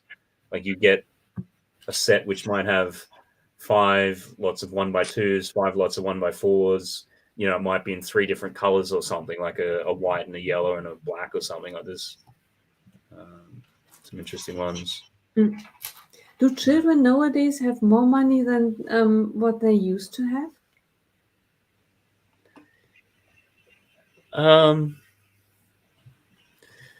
It feels to me that I had, I don't know, €1 to buy sweets with, and then I got a big bag of loose sweets, and it feels that children have more money. Yeah, it's something I've thought about too with our own kids, and maybe Trevor might have a thought on this as well. At least for us, it felt like we wouldn't get very much, and what we get, we'd like really appreciate, sort of thing. Not that the kids that don't these days, but like having Christmases and birthdays, they were kind of like when you got stuff. Whereas now it seems, I don't know, it's cheaper. There's more disposable income relative to whatever. I mean, what's your sort of thought on that, Trevor? I mean, obviously you'd have your experience as a kid, and then how that's translating into your children. Yeah, I'd say I'd probably treat my kids more money-wise, especially Lego, more so than when I was younger. I agree with you. If I wanted something that was, even I remember a He-Man set. I remember coming out when He-Man and all the figures and the castle and everything. I had to really wait till things like Christmases, wait half a year or whatever it was, you know what I mean? There wasn't the disposable income just to go out and buy it. And I'm not saying that there is now, because, with the cost of living, it is a lot harder to live. But certainly in terms of pocket money, I mean, I tend to give my children tasks, help me around the house and do different things, and then that will be rewarded with some money, and then they can save that up. So I'm trying to get them in the habit of saving. So when they do save, if they say they'd like something, and I say, well, a bit, the money I'm giving you away each week or month or whatever, and then you watch that mount up, which they are doing, and then they actually turn around to me now and say, oh, I don't want to buy that. I'll wait a couple of months because I know I can get something a bit better than I want. You know what I mean? So I'm trying to encourage that as well. But yeah, there seems to be more, I think, especially in terms of Lego, because I think I buy it, I'm guilty as well. I'm probably the bad influence, especially with Tom. Walk into a Lego store, it's like, right, okay. I always say we've got a budget. I don't know why I bother saying that. He certainly picked up on that too. Got a budget? Yeah, whatever. And Nicole's going to make a fortune of merchandise out of it. Right. Yeah, T-shirt and you have it printed. Yeah, no budget. I love the Brickbot comment. We love our kids more than our parents loved us, ?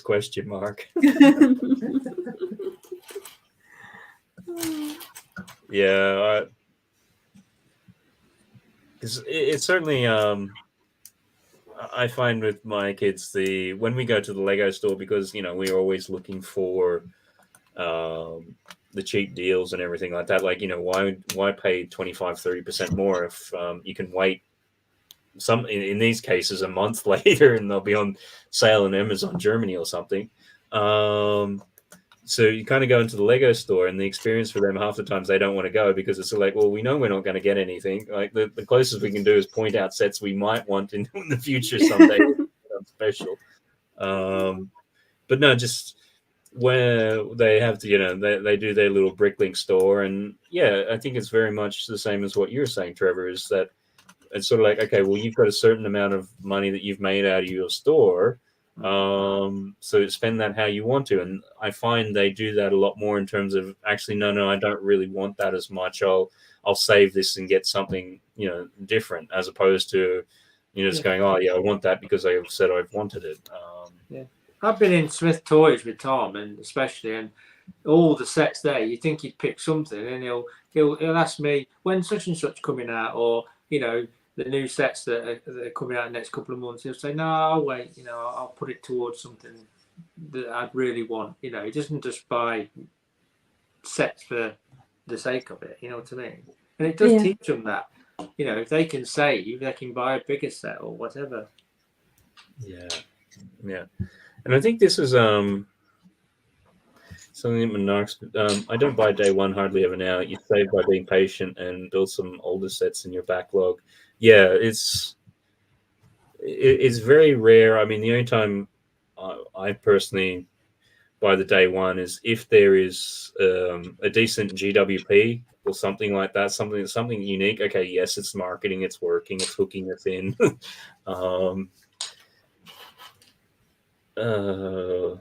And I think too, years ago when I spoke with Kevin Hinkle, who used to work for Lego and things like that, that was one of the comments he made, that the whole idea of a day one thing is only a recent phenomenon, because he used to work actually before he became North America Community, trying to get the title right, was it Community Engagement or Liaison? He used to work in the retail store and everything like that, and day one wasn't a concept. Like, it's something which has only come sort of now. Right. And just shout out to Brixine. How you going? My kids earn by breaking down sets for me. Win-win. Yeah.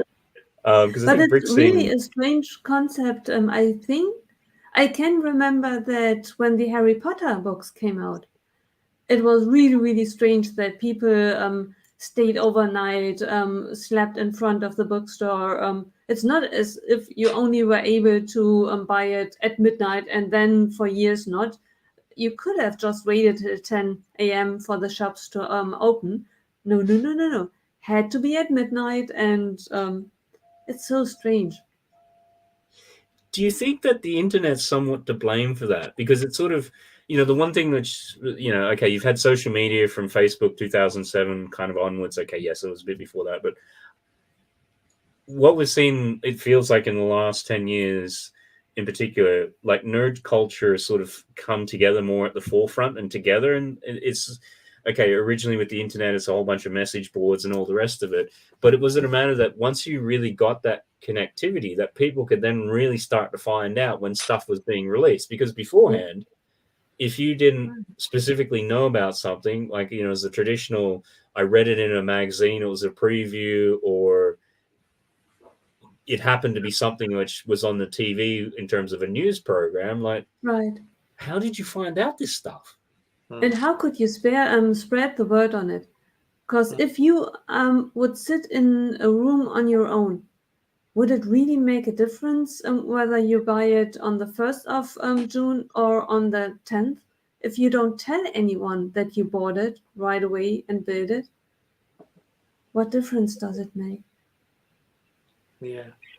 I mean, every time, certainly, you know, especially with the last wave of sets, or the city sets, the friend sets, etc., etc., every time I logged into Instagram, you're just bombarded with what's coming out. It was just there. You know, even you scrolled up, there's somebody on a video, you know, all the latest sets coming out. And I suppose I'm as guilty as anybody else. You know, I got hyped up thinking, yeah, right, I'm going to go, you know, and you do. Right.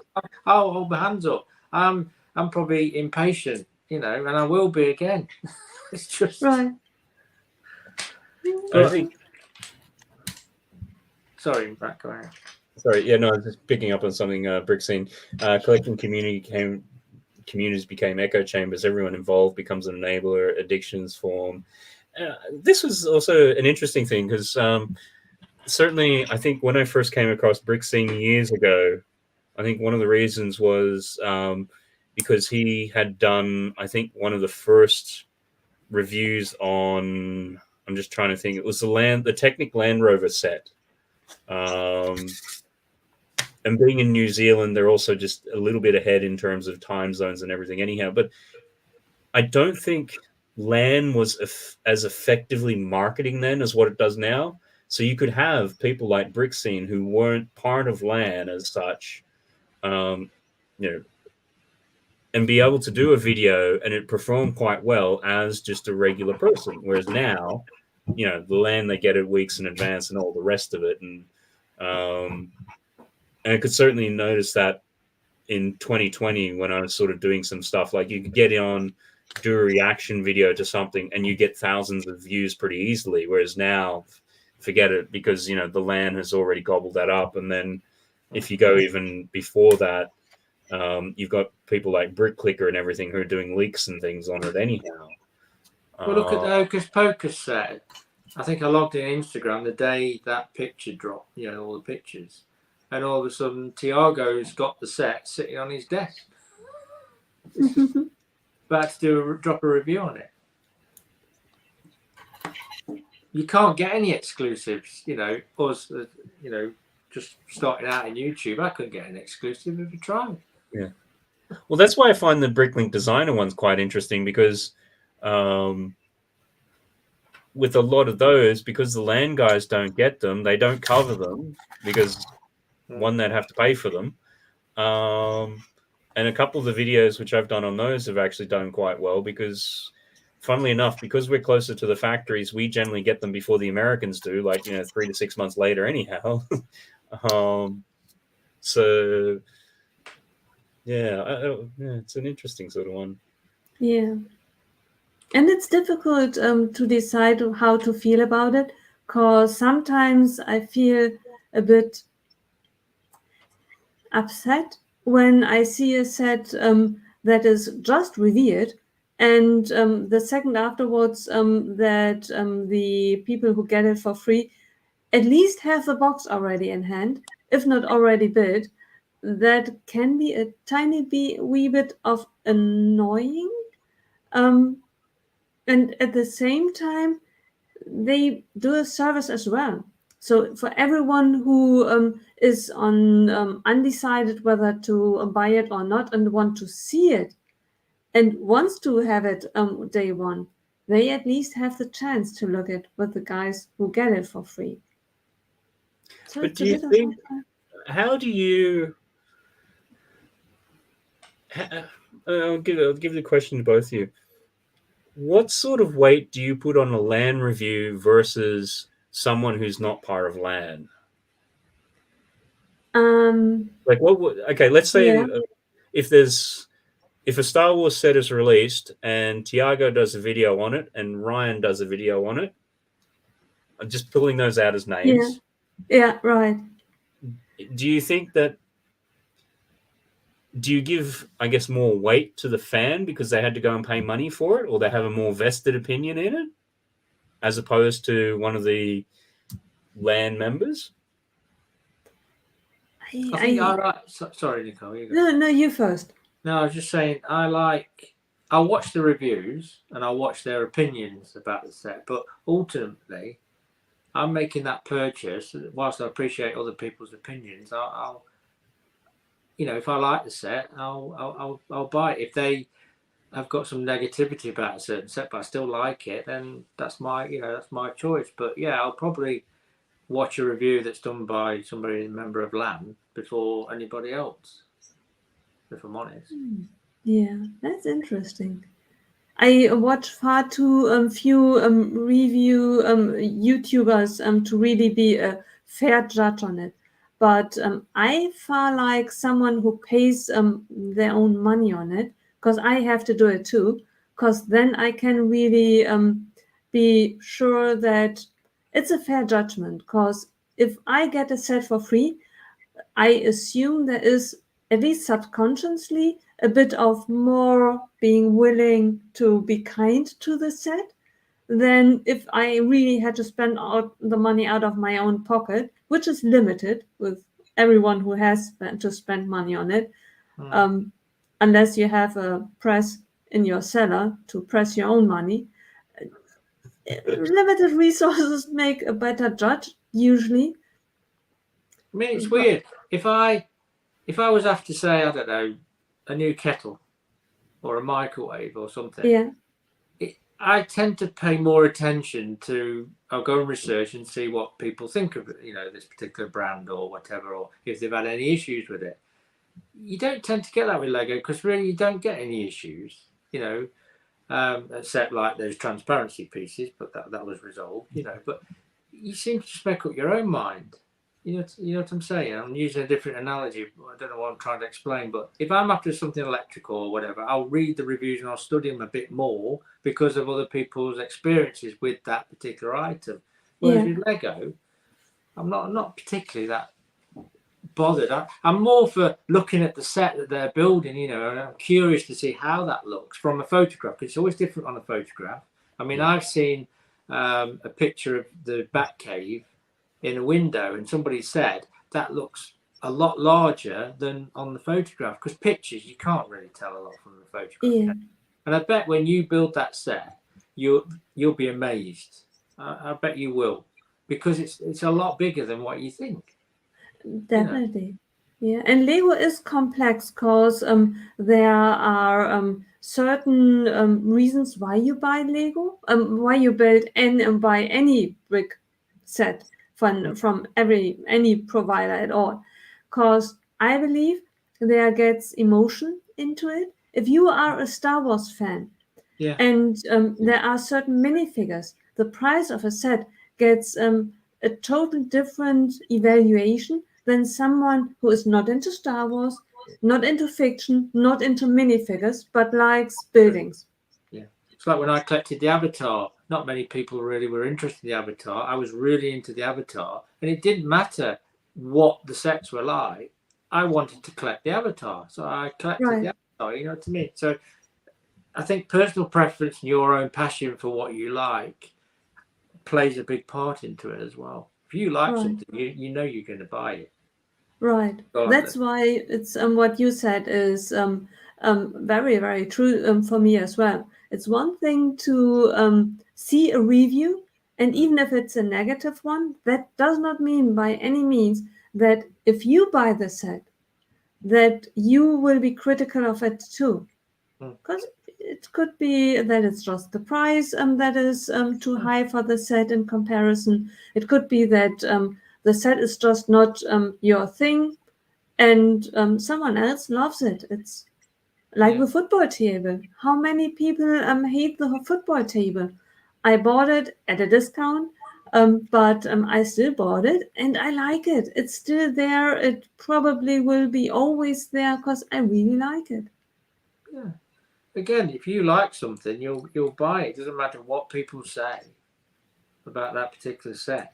It's the same in anything. You could have 100 reviews that are all negative and 25 people saying it's positive, but you'll still go on your own opinion. Right. The good thing is if you watch someone often enough, then you get a feeling of what this person is like. And that, I believe, could be for both, for the ones who get the sets for free and the ones who pay it with their own money. If you know the peer in person and can be a good judge of, is it really a fair review, or is it just someone who intentionally or not intentionally gives it a better review than the set actually deserves? And does it put the set in good perspective? And if the person gives it a good or bad review, can it put a reason for it? Yeah. Does the person tell, or can you tell from the person's explanations, okay, that person is not a minifig person, doesn't evaluate it, it's more into building. If this person now buys a Lego advent calendar, it will always be a rather negative one. Because if this person is rather into building things, the building experience of an advent calendar is not that thrilling. It's maybe one or two, but after that, even micro builds are not that interesting anymore. Yeah, and I think that's picking up on what Brixine said here. My thoughts have generally been along these lines. LAN is a genius marketing strategy. By sending the sets out to a select few, they control the narrative on how it's been received in social media space. I think, that's for me part of the genius of what LAN has been able to do with this is that they can get a whole bunch of reviews out there early, and basically kind of drown out any negative criticism most of the times. Like, it's not like like when they do it with film with Rotten Tomatoes, and I can't remember the other website, but in terms of, you might have, the pre-release critics or whatever are able to review it, and they'll review it really highly, and then later, once they've gone out, the fans might then completely trash it, or vice versa. So it can kind of counterbalance that way, and then after a while, people sort of look at that and don't take it. But I'm not so much sure that happens so much with Lego. And I also, too, in terms of then, again, I'm not in LAN, so I don't know exactly how it works. My understanding is, depending upon whether you're tier 1 or tier 2, determines the number of sets that you're able to get, and then you're kind of being able to choose out of a list of things, because it's only limited. So you're generally going to be choosing the things that either interest you or things that you wouldn't buy anyhow because they're too expensive. Like, Yeah. It's amazing with a lot of the LAN how they're all doing, Titanic and Colosseum, and there's things that most people may get one of. Yeah. Um, Although I'm not really sure if that always is a good thing, because the Colosseum is one thing, beautiful after it is built, but for someone who isn't really patient, I could imagine that the Colosseum is a nightmare to build, and a set like the Eiffel Tower, if you are not really into building Lego and needs to be thrilled through the whole build, can you imagine someone sent you the Eiffel Tower and told you you have to build it? Now you have 6 weeks, I want a review? but that was the interesting thing with the Eiffel Tower, is that a number of the ones from LAN who got it, they didn't build the whole thing. They didn't? And that's what I found really interesting was you'd have some of them who did their reviews or whatever, and they kind of cut away and around it or whatever. But then you watch their other later videos and things, and it's like, your Eiffel Tower's only half done. Where's the rest of it? Like, I thought you had to. If you get it for free, you have to build it and get back to them. I know no, it's, again, not being part of it, but from my understanding, what they want is all the performance data from your video. They don't necessarily say you have to do a review. It's just like, here is a product and you can do what you want with it, more or less. Now, the easy thing is going to be build it, review it, because that's going to be pretty formulaic. Right. But you know, if you want to go and do other things with it, you can do it. Again, it's going to come down to your community. There's some people who might be more into the mocking side of it, or the minifigures, or you have something like New Elementary who look at what are all the new pieces and variations and colors and you know, those sorts of things. See, I always thought that you have to build it. If you get it for free, you have to build it and tell how your experience was. And I always thought it's nice if someone sends me free Lego, but I like to enjoy it. If now there shows Lego up on my doorstep and I have to build it, it's... You think if you're getting a set for free, you'd want to build it, wouldn't you? Yeah, but I can imagine if you have a day job and it's double stress, like, okay, I have to go through it. It's whether I want to or not. That's a good point, though. Is it, they don't get a huge amount of time in which to build it and review it, to get their video out. You know, we know how long it takes to do a video, but we're doing it because we're producing it for our own means, our own channel. Not that you have to rush to get it out, because if you're late to the party, especially with a land kit, you're going to miss it, aren't you? You're going to miss that opportunity, that window of opportunity. Because I noticed that videos will drop about the same, like Hocus Pocus, you'll get 3 or 4 dropping on that same day. Yeah, because they have an embargo Yeah. sort of thing. And naturally, because of that, you know, they want to catch the hype and everything. And as what you've said, and I think as somebody else said, was it Ian? What was the comment? I know I've already flashed it up there. Or something slightly different. They're trying to recoup the price from people watching the videos. Oh, that's the fans ones. But yeah, because it's the sort of thing where, you know, you're just getting the set. But as what you've said, Trevor, in terms of how long it takes you to build it and, you know, film it and edit it and everything like that, that you're doing that off your own bat. So you're then having to rely upon Google AdSense or affiliate marketing or however it is to try to recoup or try to get some income out of that to cover what you've done. Lego are extremely clever at this, because you think of all the marketing, all the money it would cost them. They're just doing it for them. Oh, doing it for them. And like, you know, if you want to hire a film crew and pay people and everything like that, you know, you're talking tens of thousands. Yeah. Whereas, you know, and I think that gets back to Brickscene's comment, you know, you spend $50 on some postage and whatever the cost of the set was to sell it out. Theoretically, you're then at the mercy of the land reviewer. But unless you get somebody like a Ryan or something like that who is going to speak their mind and eventually just go, you know what, I'm out of here anyhow. Like, it's so between all those, because it's been interesting having done a few things where I've been provided sets and how, you know, not so much your mentality changes, but it is a lot more of, you know, there's a certain amount of time I need to get this out. I need to, you know, get through it and get it done. And the fun hole ones have been a little bit interesting because after I did the first one, they've approached me numerous times to do some more.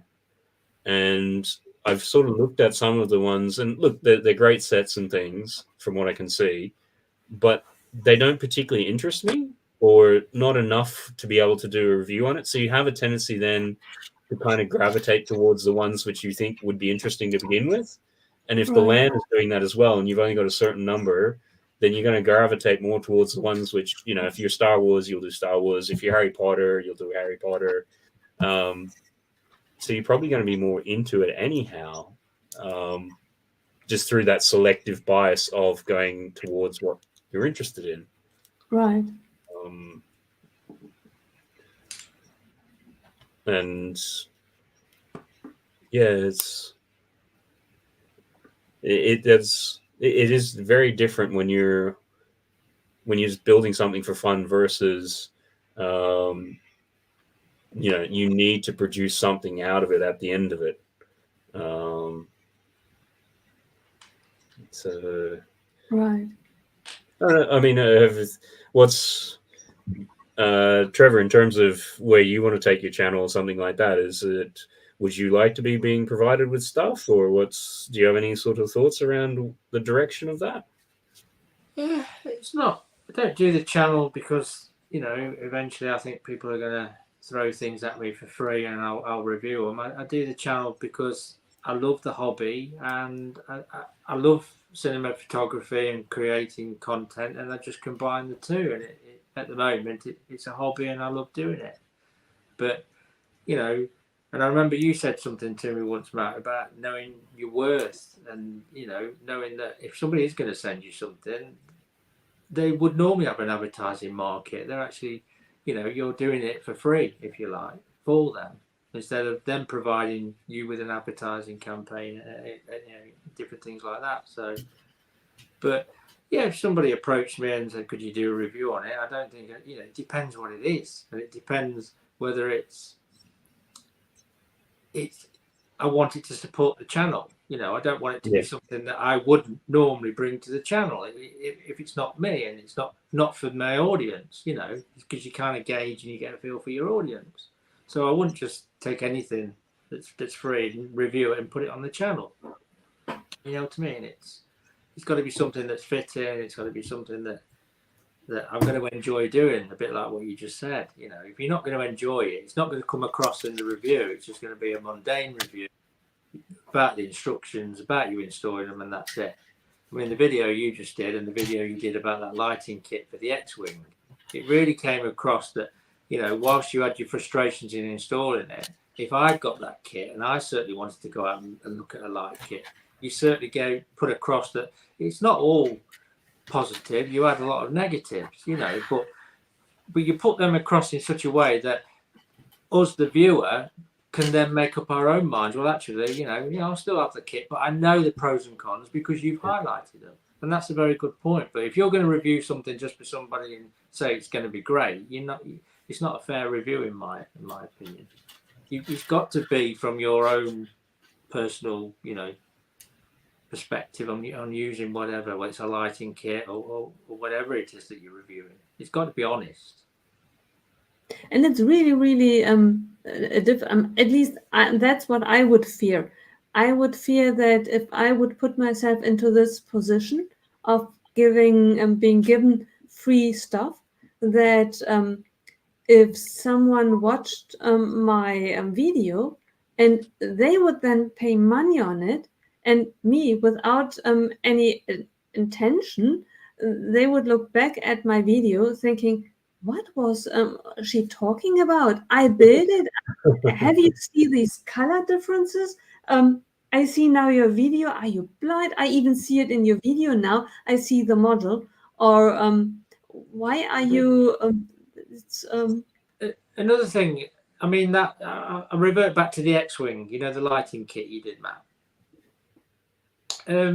You made some good suggestions. Like I think one of the cables was supposed to be shorter than the other one. There was no identification, and you made a good point that if you just put a slight little label on this particular strand of wire for this light, then you would know what it was. So if you're finding probably some faults or ways of improving a product, do you then get in touch with who sent you the kit and tell them, and do they take that on board to make improvements when they go out and produce other kits? Do they actually take what you say on board?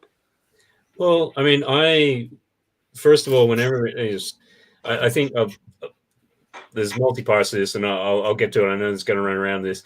Being on Monarch, I've been offered products in the past. It's so bizarre. I struggle to see it fits with the content. Yeah, these days, I think it's daily. I'm getting offers for stuff. Sometimes it's right on point in terms of it will be Lego. And then other times it's like, oh, we've seen your channel. It'd be a great fit. Here's a shaving product.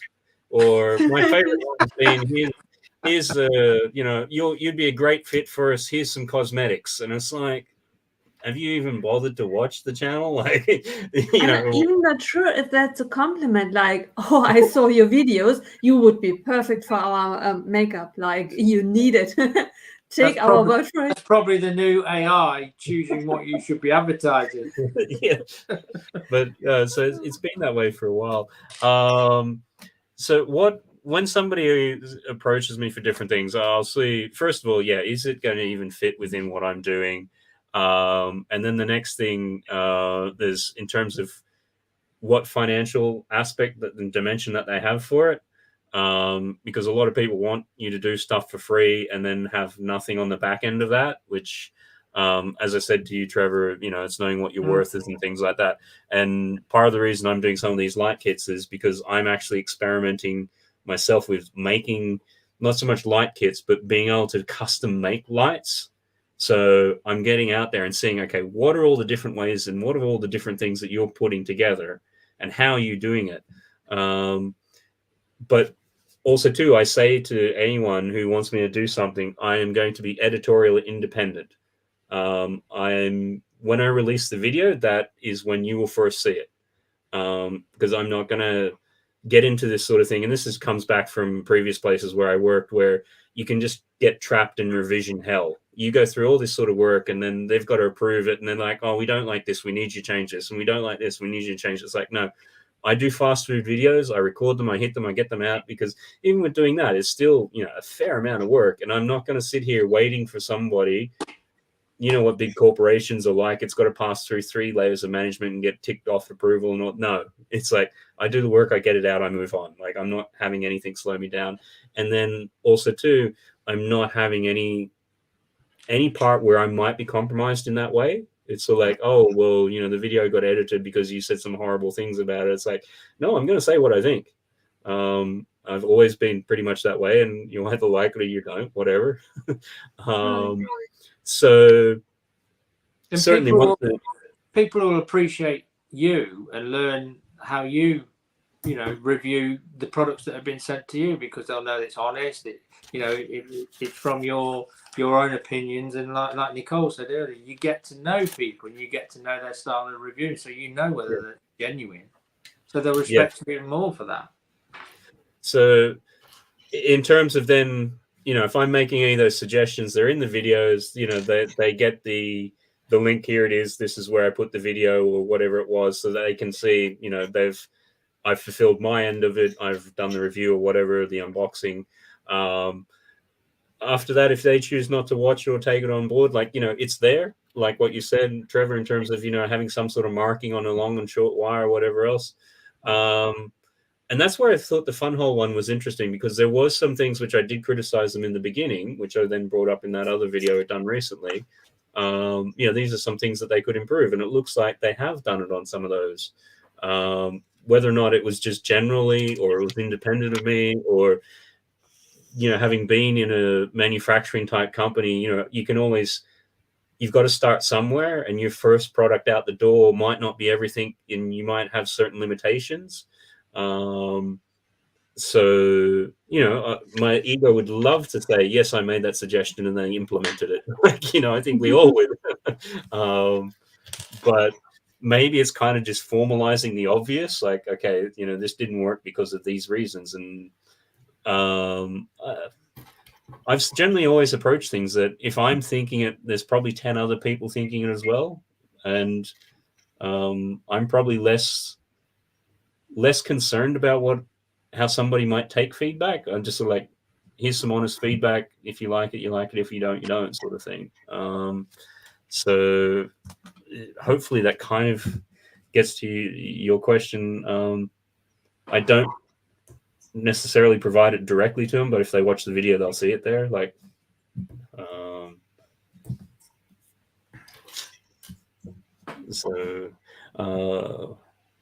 We've got Brickus Hughes come along. Good evening. Hope that you're going well. Nicole, I mean, if you were getting some freebie offers and things like that, what would be your sort of take? Would you be open to them, or what's your thoughts? It really would depend on the circumstances. As you said, I wouldn't want any approval of what I'm going to say, how I'm going to say it, when I'm going to say it. It would be, okay, if you insist on sending it to me, I maybe do a review, I may not do a review. And it might be positive, or it might be negative. If you are really confident in your product, you won't have a problem with it. The only thing that I promise you is I will be fair. It's the only thing that I might, but even not that. If it comes to me and it's really, really borderline dangerous, then I maybe will. I'm not even sure if I would offer to. Okay, you don't want me to say anything about it. I'm not really sure. I really would have to think about it. Because those are really things that you need to consider first. What happens if you get something and it's borderline dangerous, like that can't be given to anyone? Do I want to go public with it? Really be honest, or do you just want to let that go into the trash and never to be seen again? Yeah. I'm not really sure. There's one particular company which I'm not going to name, and it's been aggressively pursuing me to do things, and I've just gotten to a point where I've had to block their emails. But I didn't know much about them, but then I went and just did some Trustpilot reviews and things like that, and also some third parties, and it basically seemed like it was a pyramid marketing type scheme. And everybody who ever seemed to go near it was getting burned by it. So it's sort of like, even then too, you're looking at what is their current sort of positioning in the marketplace, because it's the sort of thing where, if it is a pyramid scheme and, you are recommending a particular product and it actually turns out it's somewhat bait and switch, or it's really crappy quality, there's no after service, like, you're not going to get your money's worth. Yeah. I don't want to be anywhere near that, because, I'd be the first to be on Twitter going, this sucks. Like, right, exactly. Yeah. And you have to be so careful, because with some things, it's obvious. If someone would send you a Star Destroyer, obviously it's Star Wars. And you look at it and, okay, licensed. Do you have the license? Probably not. Okay. But if it's just a building, or just something, if it's a horse, like, okay, nice horse, and someone else comes to you, that was my design. Very nice that you did a review of it. Did you check on it? And you think to yourself, I did not check every horse on the internet, and excuse me, how could I have foreseen that someone stole your design? I'm so sorry. Yeah, no, there's because this starts to get into, you've obviously got Lego, which we all know, and then you've got a lot of the clone brands and the knockoffs and everything, and there's varying degrees along that. And that's the sort of thing with the Funhole stuff. I looked at what they are doing. I tried to, I've got a bit of a sense of what's on Rebrickable, because there's certainly been another brand which is also approached, and I go and look at their stuff, and it's like, half of your stuff is knocked off from Rebrickable. No, I'm not going near this. Right. There's another brand, half their stuff is very closely knocked off from Lego. Like, it's not 100%, but it's like 90%. And it's like, no, not touching that. And then you've got something like Lepin, which is 100% knockoff down to the instruction books and everything. It's like, no. So yeah, there is what you're talking about. Can you be, can you go and see the 1,000 horses and figure out whether or not this one that you're looking at is that? Right. And even if you see it, sometimes it's legit that the company that gives you the product to review of has used the design of a designer, but the designer gets money for it. So theoretically, you would find the design, had to get in touch with the designer and ask, company XYZ got in touch with you. Do you have a deal with them? Then the designer tells you, yeah, it's okay, I get the money. And you then go ahead? Yeah, because there's they've done that with I think it's JK Brickworks, because he does a lot of moving things, and it's on his own website, and then also on Rebrickable a lot of stuff. Because years ago there was like a planetary thing which rotates around with the sun, the moon, and he worked through all the gears, being able to more or less get all the timings correctly in sync and whatever. And I built it as a Rebrickable one years ago, and then I think last year he had actually licensed it to like a third party who then made it as a set. And, you know, when you went onto his website, you could say, oh, yes, you know, I've done this, and you can whatever. So it is what you're saying in terms of there are some which do actually go and license it properly and do everything. But I think when you go to sometimes these companies' websites, it becomes painfully obvious very quick. You know, either they are doing a lot of their own stuff, which I find with the Funhole stuff, because if you look at that, you know, try to find anything out there which is remotely, like, particularly they're doing some storybook things like Jack and the Beanstalk and some other, like, it's kind of like this weird sort of diorama meets architecture meets, like, it's, and they're doing a whole line of it. And so, like, I haven't seen that anywhere. Right. When you did that review, I then went onto the website because I was curious of what other kits that they do, and I came across that, and I thought these are unique. It's like they did the camper van, in totally different style, you know, and that was nice. Yeah. So, and I mean, you know, in terms of this one, I particularly liked it because obviously there was an A-frame cabin which came through as like a product or whatever. This was obviously not a copy of that, because an A-frame cabin is something that exists independently of, you know, that's why it was originally done, sort of thing. Right. But you didn't look at that and go, oh yes, that's a one-to-one clone of whatever. And it's sort of like, okay, this is coming with lights, this is doing that. So then, you know, let's sort of see what this one is like. And then, as I said before, because I've done one of the ones about a year ago, it's like, okay, how has this progressed in the year? And Monarch's just saying that he's out of here. So thanks very much for being here. Appreciate that and your comments. And I don't think you managed to badly influence too many purchasing decisions just yet. Don't worry, there's always time. Right. So yeah, it's always been interesting because I've worked a lot as an artist, and I went through and trained.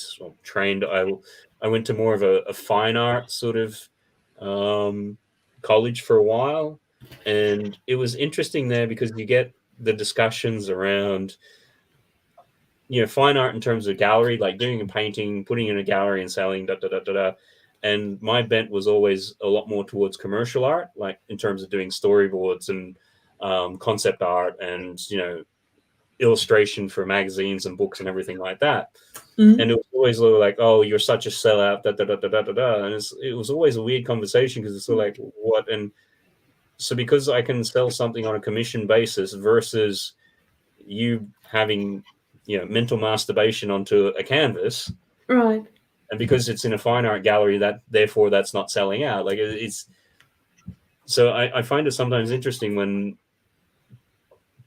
people are talking about, you know, doing reviews for companies and being completely 100% unbiased by it. It's sort of like, I'm not quite sure that's how this works. Like, you might believe yourself, but and that's why it's interesting too, seeing some of the other comments in the comments there in terms of how people react to it and sort of seeing it. But and then how it all sort of fits in with that. Let's try to see if I'm through. It definitely is a tough decision whether to go for it and how to do it. And I think, Brick Askews brought up an interesting comment. That would be mockers calling Lego designers sellouts. Yeah, it's a bit. That's the same sort of concept. Yeah, it's.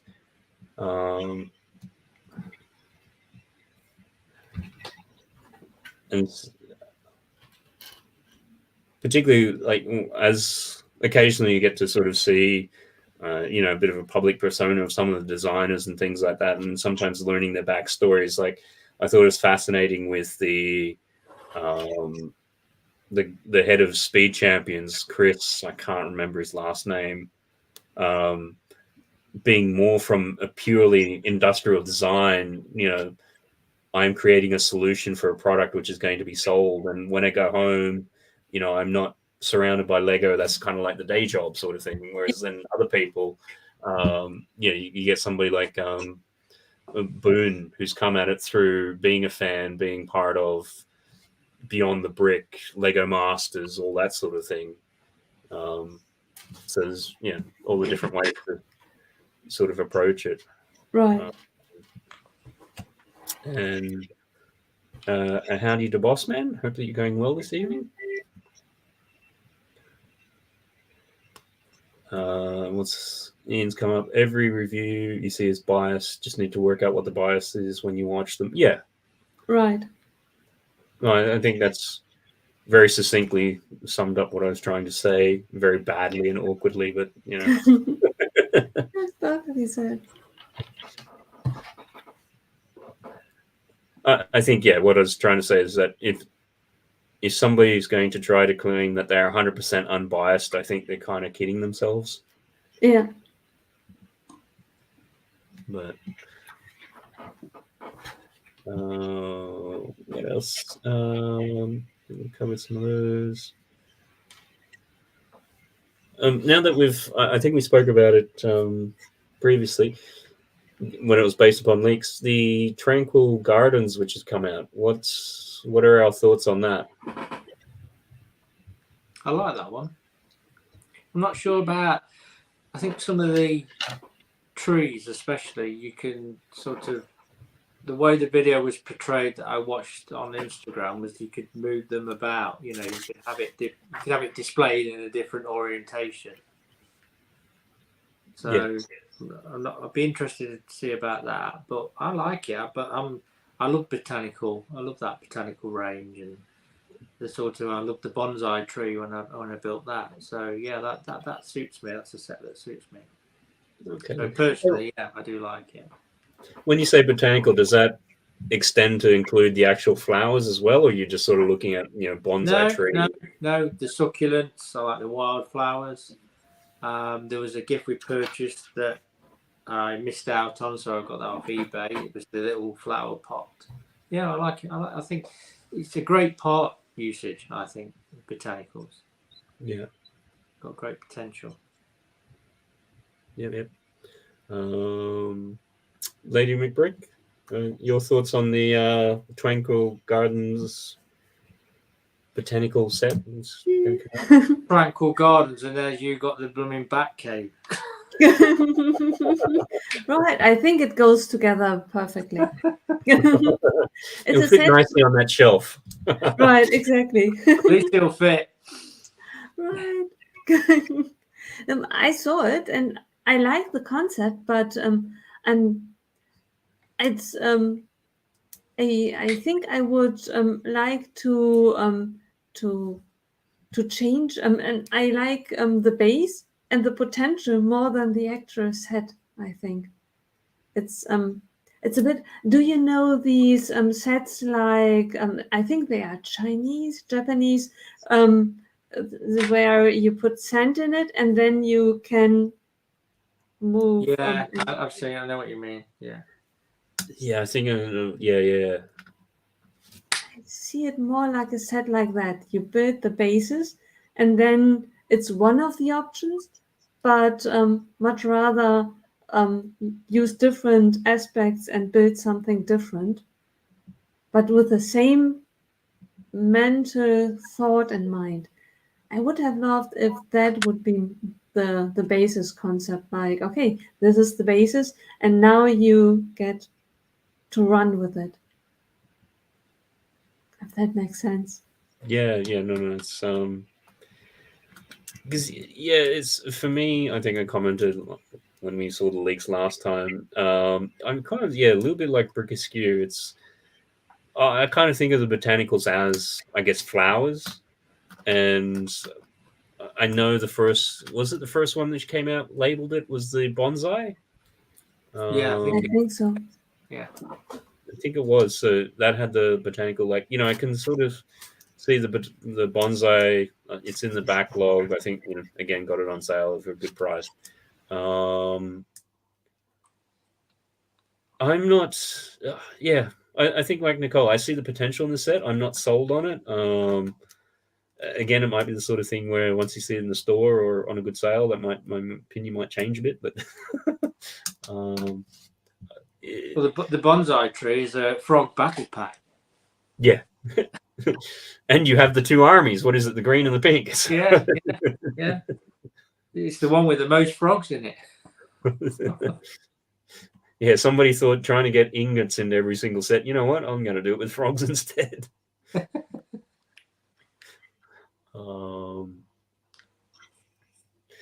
do we got here? Suddenly it's gotten hotter. Yeah, minifigure. Yep, we certainly are all feeling that.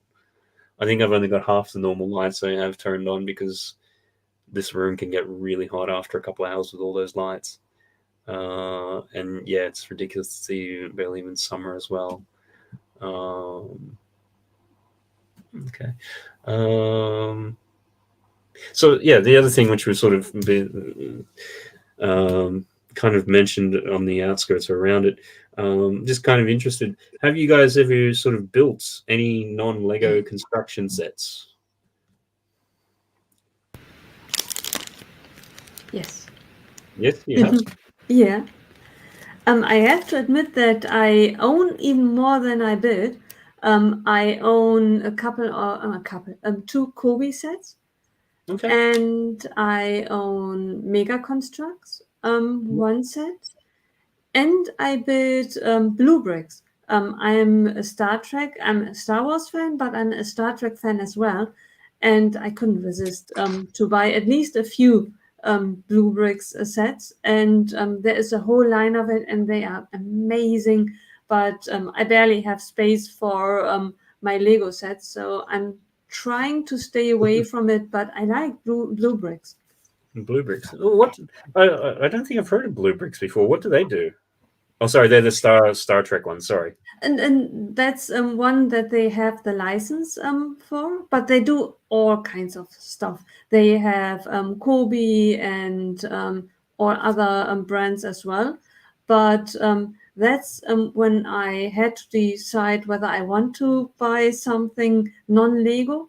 I felt most securely with, because what we touched briefly on to, do I want to buy something when I'm not really sure if it's licensed, if it's stolen? Then you get into the argument of, I want to post it on Instagram. All of a sudden, I post a non-Lego picture, and one half of the internet is going to really be excited for me because I did something other than Lego. Then the people who hate Lego come out and celebrate me. The people who really love Lego are going to hate me because I bought something and built something that is not. And I thought, okay, that's going to be bad. And I thought the safest thing to do is with Star Trek, because then I can say, yes, it's Blue Bricks. Yes, it's not Lego, but they have the license. Trust me, trust human nature and common sense. No one will do as a brand Star Trek if you wouldn't have the license, because the corporation would come after you quite fast. They have the license, and I thought, okay, that's the safest thing that I can ever be, to try out Blue Bricks. I think Ian's then just also made the comment, some original ranges like Medieval, but then also resell other companies as well. Right. Just you mentioned Mega Constructs. What Mega Constructs did you get? The Game of Thrones castle. Okay. Yep. Because I'm still tempted to buy Grayskull. Yeah. No, Grayskull went on sale last November for like in Black Friday. I think it was like down to like 100 or something. So I'm sort of like, yeah, grab that. Right. And I think Battle Cat was as well. So yeah, that's why when you mentioned it, and I've been tempted one day to build that on this stream, but Yeah. I think it's interesting how the perception of it, because and I think there's another Brick Askews made an interesting comment here as well. It's funny seeing the shift around alternative bricks since Lego put their prices up. Yeah, it's the sort of thing I've like years ago. When the kids wanted a certain dinosaur sets and things like that, we got them off eBay or whatever. Didn't realize what it was, and we thought it was Lego, and it turned out to be something else, and it would just fall apart in your hand.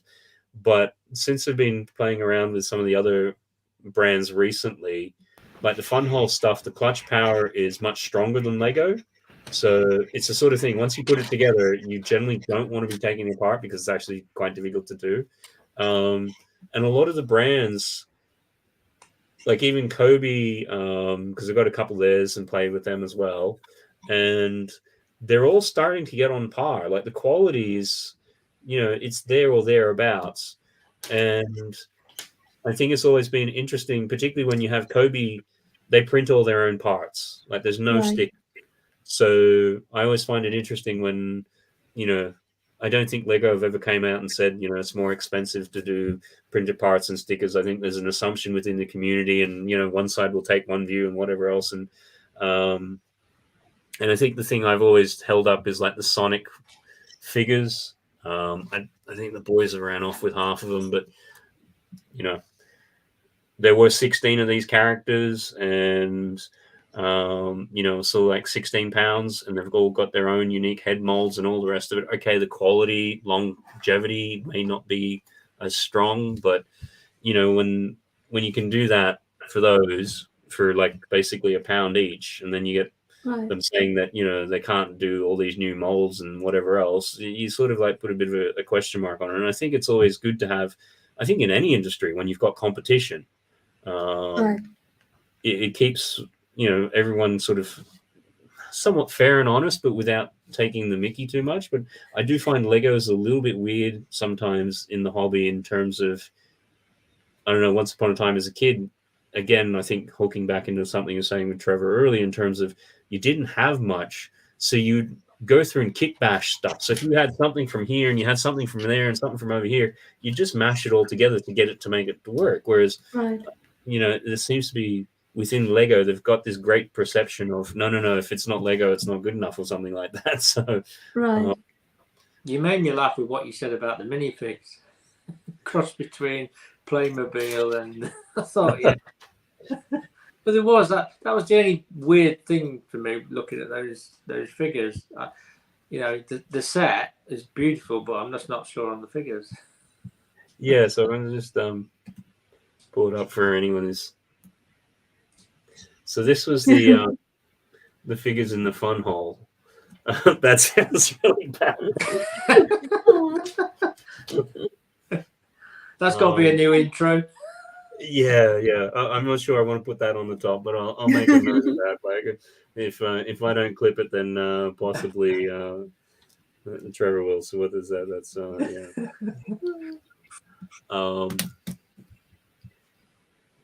I guess it's somewhat trying to make the point in very quick succession. I remember the first Lego stuff which I got. It was pre-minifigures. Part of it is because at that stage, Australia was like 5 years behind. So something would get released by Lego, and then it would literally take 5 years before it was released in Australia. For me, a minifigure is not locked in as a minifigure. Like there was other things that existed prior to that. And I find it sometimes funny, and it's a shame Monarch's gone, when, people have the issue with mini dolls and things like that. It's sort of like, well... and the other thing from a drawing point of view is, when you're drawing, you're generally drawing people as like, you're taking the head and they're 6 heads high sort of thing. Like it's a proportion thing. Mm-hmm. If you do it with the Lego, it's like 2.5 heads high. So it's a really weird proportion system to begin with. But because that's what everybody's used to, they just go, well, that's the standard. So anything that's not that, is weird. And it's like, well, if you take a step back, that minifigure to begin with is actually quite weird and abstract in itself. Yeah, right. And then we get so hung up on it. It's so strange. Because when I build blue bricks, I build it as a blue brick set. And I would maybe compare it to if the clutch power wouldn't be there. Like, okay, Lego holding up, good. This set falling apart, not good. But I realized when I built the blue brick set, it is different than Lego, but I built a blue brick set. It's so I do not expect it to be exactly the same as Lego. It needs clutch power, it needs feel, it doesn't need to hurt me. Please don't make me bleed. But other than that, it's okay to feel different. It's because it's not Lego. It's you said that you built different, obviously manufactured sets. What's your opinion? I mean, I'm thinking I didn't even know Kobe existed until I think I watched Cabbage Face. He's very into his military and watched a lot of his videos to do with Kobe, and I know he's very much into the sets. And I've yet to. I'm looking at a Kobe set, and I'm thinking about purchasing one. So, but I'm just wondering what your take on these different manufacturers is. And you, Matt, you say the quality's nearly there. Is it a good building experience than what you get with a Lego set? In terms of Kobe, because again, it was the sort of thing. Obviously, Lego don't do military. Okay, yes, they split hairs on how they argue about what's fantasy, blah blah. We'll put that to one side. They don't do military, so they're not doing tanks and things that we would see rolling down the street, used in Ukraine, killing people, all the rest of it. So we got some of the I think it was World War II planes or something. Not really. I think it was given to the kids by their grandparents and things like that. The thing with Kobe is half the time, the way that it's finished, some of the sets you can't tell is actually a brick-based set because it won't have studs. It'll all be finished and polished.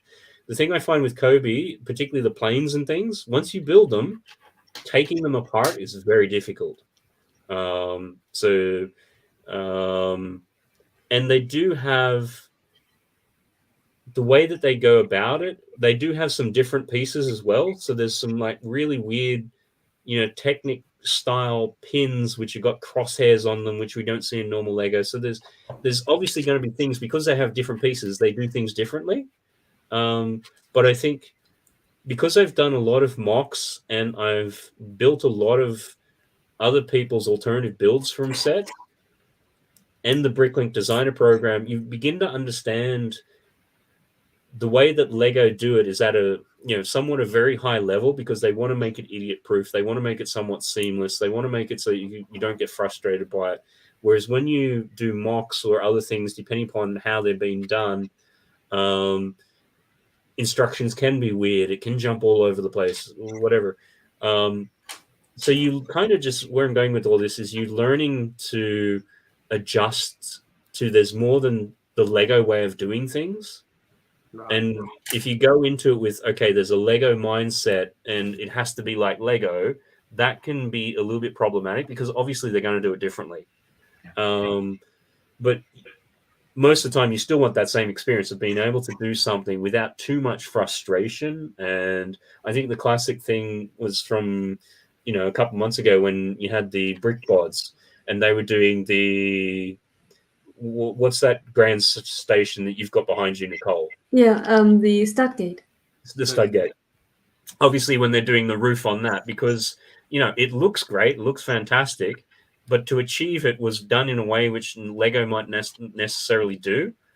And then I think because Nicole could see how they were doing it and struggling with it, then when she came to do it, it's not like she was learning about the struggle from the fresh. It's sort of like, okay, I know this is going to be different. It's going to be like, Right. So in terms of if you approach it with that mindset of, okay, it's got to be exactly like Lego, you're probably going to struggle with it a little bit. It's still very much the same.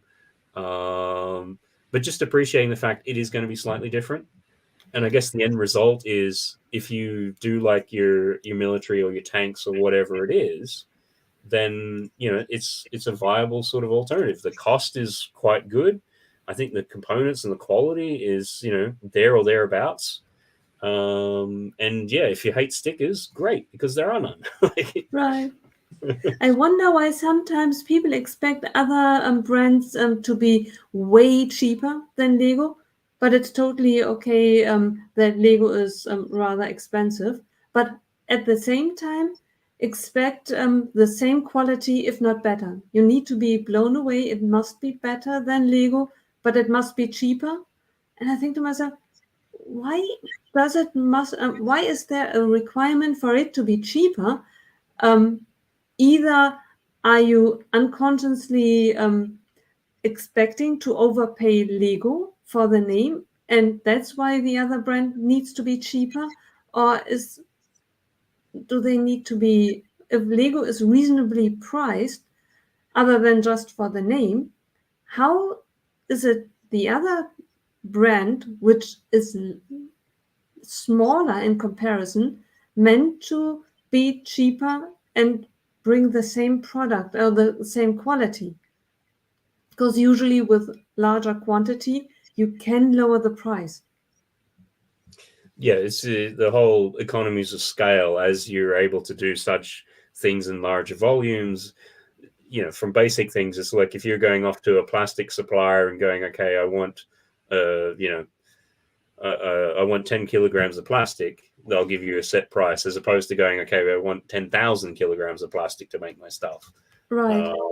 But no, you make a very good point in that I think part of it too is perception, because it's always like, well, Lego's a premium brand. And it's like, well, why is that?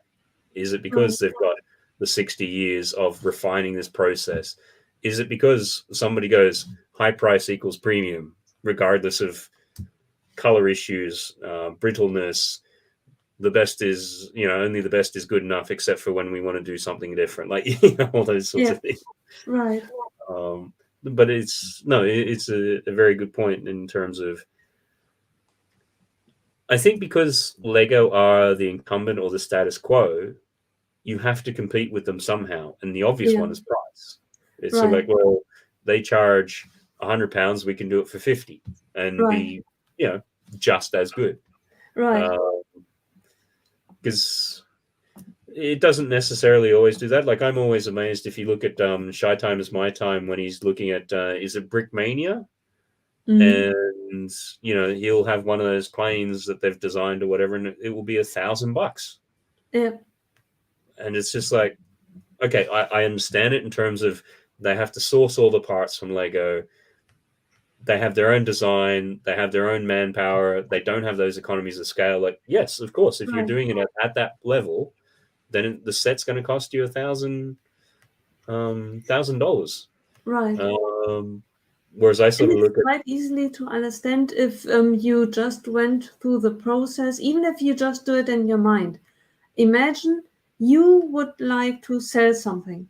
Go to the design process, try to mock purchase all the pieces, do the instructions. You want to be paid for the time that you spent on it, and then just calculate how much money you would have to charge someone else to purchase it from you. It's with so much in life, like the hairdresser. If you go to the hairdresser and you think to yourself, that's quite expensive, it is kind of expensive. But when you think to yourself, but this person wants to live, they do it as a day job. They don't have a secondary or third job at the side. So they need to make a sort of money in order to make ends meet at the end. And now break it down to what has the single person to pay in order for this poor fellow to make a living out of it. Yeah, no, it's absolutely. I can understand their prices and how they get to them, and from the outsider looking in, that seems fair.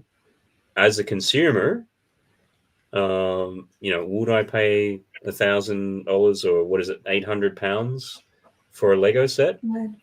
you know, I still have not yet bought, you know, one of those massive, large-scale UCS sets or anything even remotely close to that price point.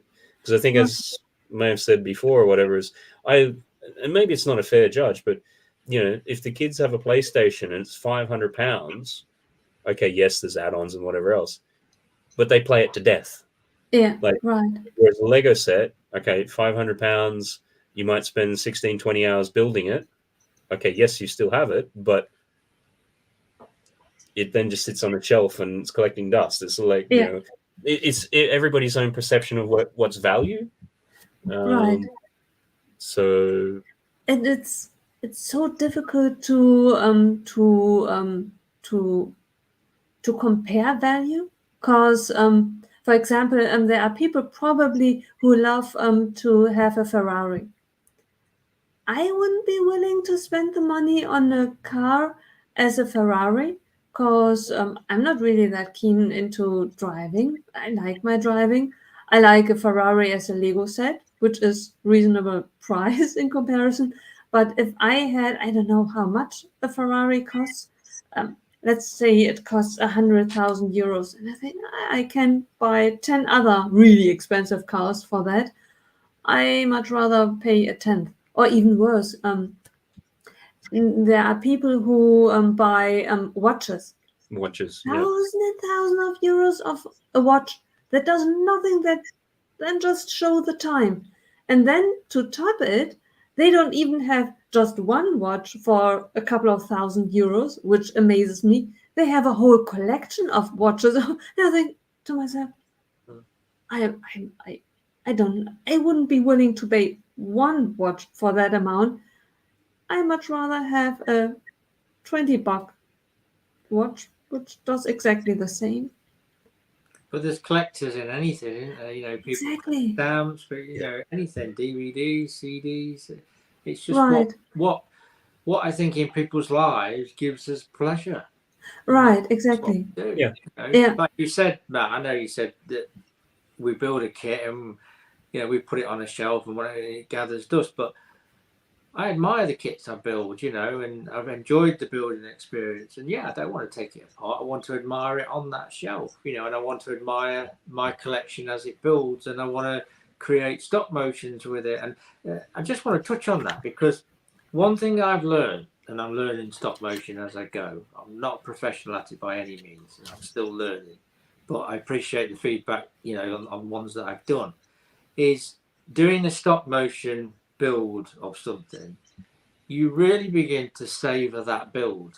And what I mean by that is because I'm doing one at the moment, and it's the biggest one I've ever done. It's the build of the Friends amusement park, and I'm actually going to do it as a stop motion.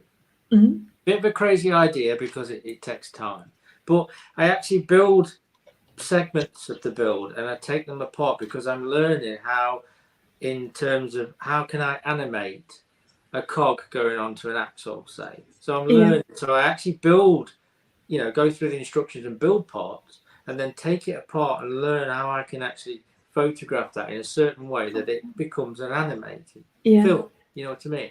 But doing that, whereas I'd probably just rattle through a set, and they're not cheap, as we know, and you build it, you put it on a shelf. Actually doing this, and it's not for everybody, I know, but actually doing it in a stop motion form and savouring that build, learning different processes, I get more from a build doing that process than I would do just building it normally. Yeah. And it teaches you that way to savour that build because you're learning every step of the build. You're not just putting a block there because it's just a block. You're putting a block there and something else on top because you're animating it. Yeah. That's personally an experience that I just wanted to share that I gained from doing stop motion and what I'm doing this particular kit right now. Yeah. It does. Yeah. You do really savour that build because we can all fly through builds. You know, we sit here and we build, and it's nothing. Whereas doing something like that on an expensive set, it really does teach you to appreciate it and appreciate the efforts and the design work that went into that because everything's got to be designed from scratch. Yeah. Right. I think Richard brings up an interesting point here in terms of, you know, 500 quid might be double in 10 years, and then Brig Askew gotten more use out of PlayStation things, and yeah, I'm not putting down different points of view. What I'm just saying is, for me, the value I extract out of it and how I can justify things, or within my circumstances of having a family and kids, and all the other costs and things associated with it. We have the different priorities that we have, and as what you've just said, Trevor, in terms of when you slow down for a stop motion, you get a certain experience out of it, and what the value you place onto it, and how you're getting things out of it. And then I'm sure with Nicole, when she's going through and how she's savoring, Rivendell, being a fan of the source media, and being able to enjoy that as well. We're each getting different things out of it, and we're going to have different limits and thresholds on things. And it's not a matter of going, for me, I hope it doesn't come across as right. My way is right and you're all wrong. It's just a matter of this is the value I place on it. I can't bring myself to, pay for a certain amount over this sort of thing. But there's other people who can do that. And they get great value out of it, and they like doing that. And that's fine. That's cool. They're just sort of approaching it from different sort of points of view. And I think a lot of the time when people talk about Lego, it's always price, but it's okay. That's a nominal value, but what's the value in terms of something can have a high price, but then have a lot of value within it, like whether it's a Rivendell set or whatever. Hopefully I haven't talked myself around into a corner or something, even that makes sense. Yeah, no, it totally makes sense. Because we've all got different opinions. What is quality? What do we get out of a set? Like I've just explained, I get a lot of satisfaction out of doing a stop motion with a set. So I appreciate it probably a bit more than what I would do doing a normal build. It's just what we all individually get out of Lego, basically, or anything else. Right. Yeah, and what I said about watches and cars, someone else thinks exactly the same about Lego. Yeah. No, cars is an interesting one because, as what you say in terms of, a Ferrari versus some other car might be a tenth of the price. But also, too, you start looking at it like a service on a Ferrari is going to be 10 grand.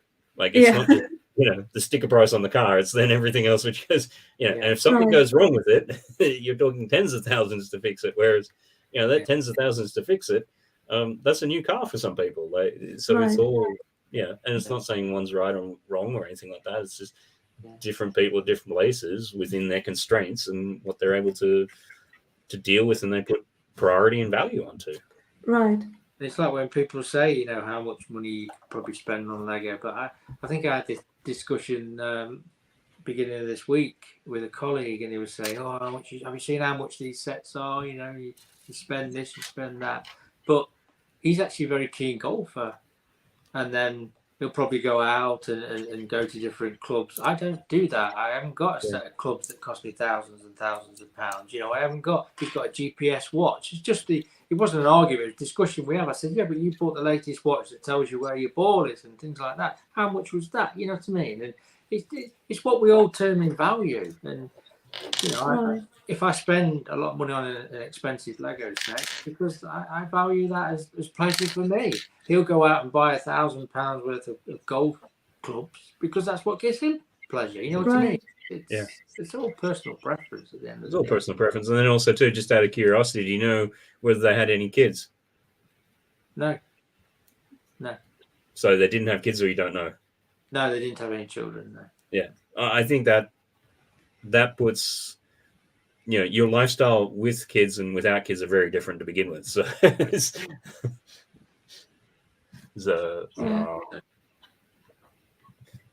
and just each to their own sort of thing. So, right. I think we're starting to get to that sort of point, but I thought that might be an interesting point to sort of segue into, speaking of expensive, top 5 most expensive Lego sets, 2013 Education Edition. Something is a little bit different. We'll just have a little bit of a watch. Top 5 most expensive education sets 2013. Can you guess the most expensive? Number 5. Number 4. 3. Number 2. And number 1. Did you guess this was the most expensive? I didn't guess because I didn't know they existed. Sometimes they are shown to me. I think 1 or 2 of them are still available on the webpage.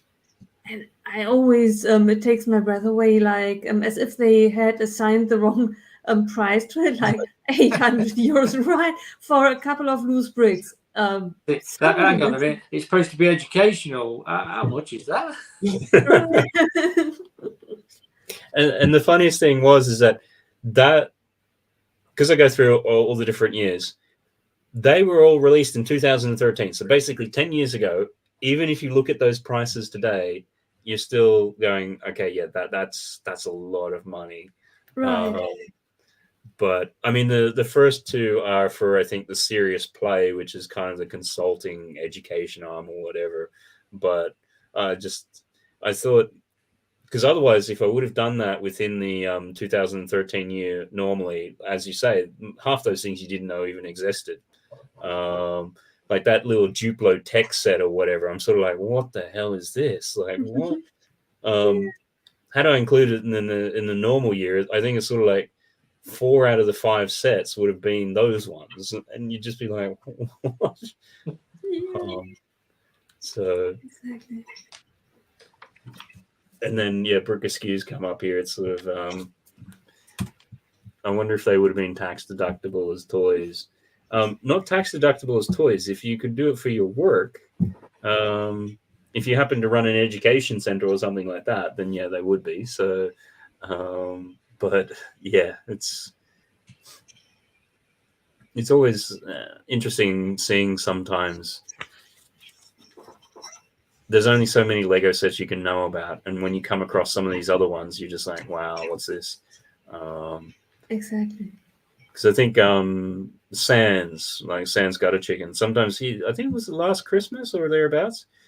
In the lead up to Christmas, I think he did the 12 days of like weird and obscure things. And I think out of the 12 days, I knew like one of them. And like he came up with some really interesting things. So I think he did them as shorts or something. So they might be on his channel, or was it Instagram or something? I can't remember anyhow. Yeah. So, but because he's kind of known as knowing some of these really obscure things about Lego, or just the small production runs or one-offs or really bizarre things. So I think with that, we're starting to come up to the 3-hour mark. So I might sort of go through and sort of see what we're all up to and where we got to with our builds and things. So I'll start off with Nicole. What if how's Rivendell sort of come along, and how are you enjoying it? I really, really like it. Oh wow! I planted trees. The trees, like the bridge is lovely. Yeah, they really are amazing. And now I'm starting with the base of the gazebo. The gazebo there, yeah. They say that can be tricky, getting all the pieces lined up for the gazebo. So I'd be interested to see what you think of that. Yeah, I just read that Lego told that the base was one of the most tricky ones for them to design in the set. It's really interesting. I like the way on the bridge with the water that they've added the white element to it. So it gives you the idea of flowing water. Right. Yeah. And the different shapes, the structure that they built is really beautiful. Yeah, it does look as well. Yeah, it does look quite amazing, and I think as what Trevor was saying, I think when they do the gazebo, because they had to get like all the supports in exactly like really angular specific places, they've had to use some really funky techniques to sort of like achieve it. So yeah, it'll be interesting to sort of see So far, it's really you build from multiple angles and in different directions at the same time. Yeah. Wow. Are you going to get a lighting kit for it? I'm not really sure. There are already a few glow-in-the-dark pieces, and I will add a few more. And I will see. Yeah, because if you need to, you've probably seen it. Bonnie's Bricks, she put one into hers and did a little bit of a review, so you can sort of see. It does look quite amazing. But I thought the little spotlight on the actual ring was a nice little touch. Yeah. Yeah. It's some of the candles though. It's pity they don't flicker. The candles, it kind of plays into my fear, because one of the reasons why I haven't dived into light kits at all is my fear of electricity.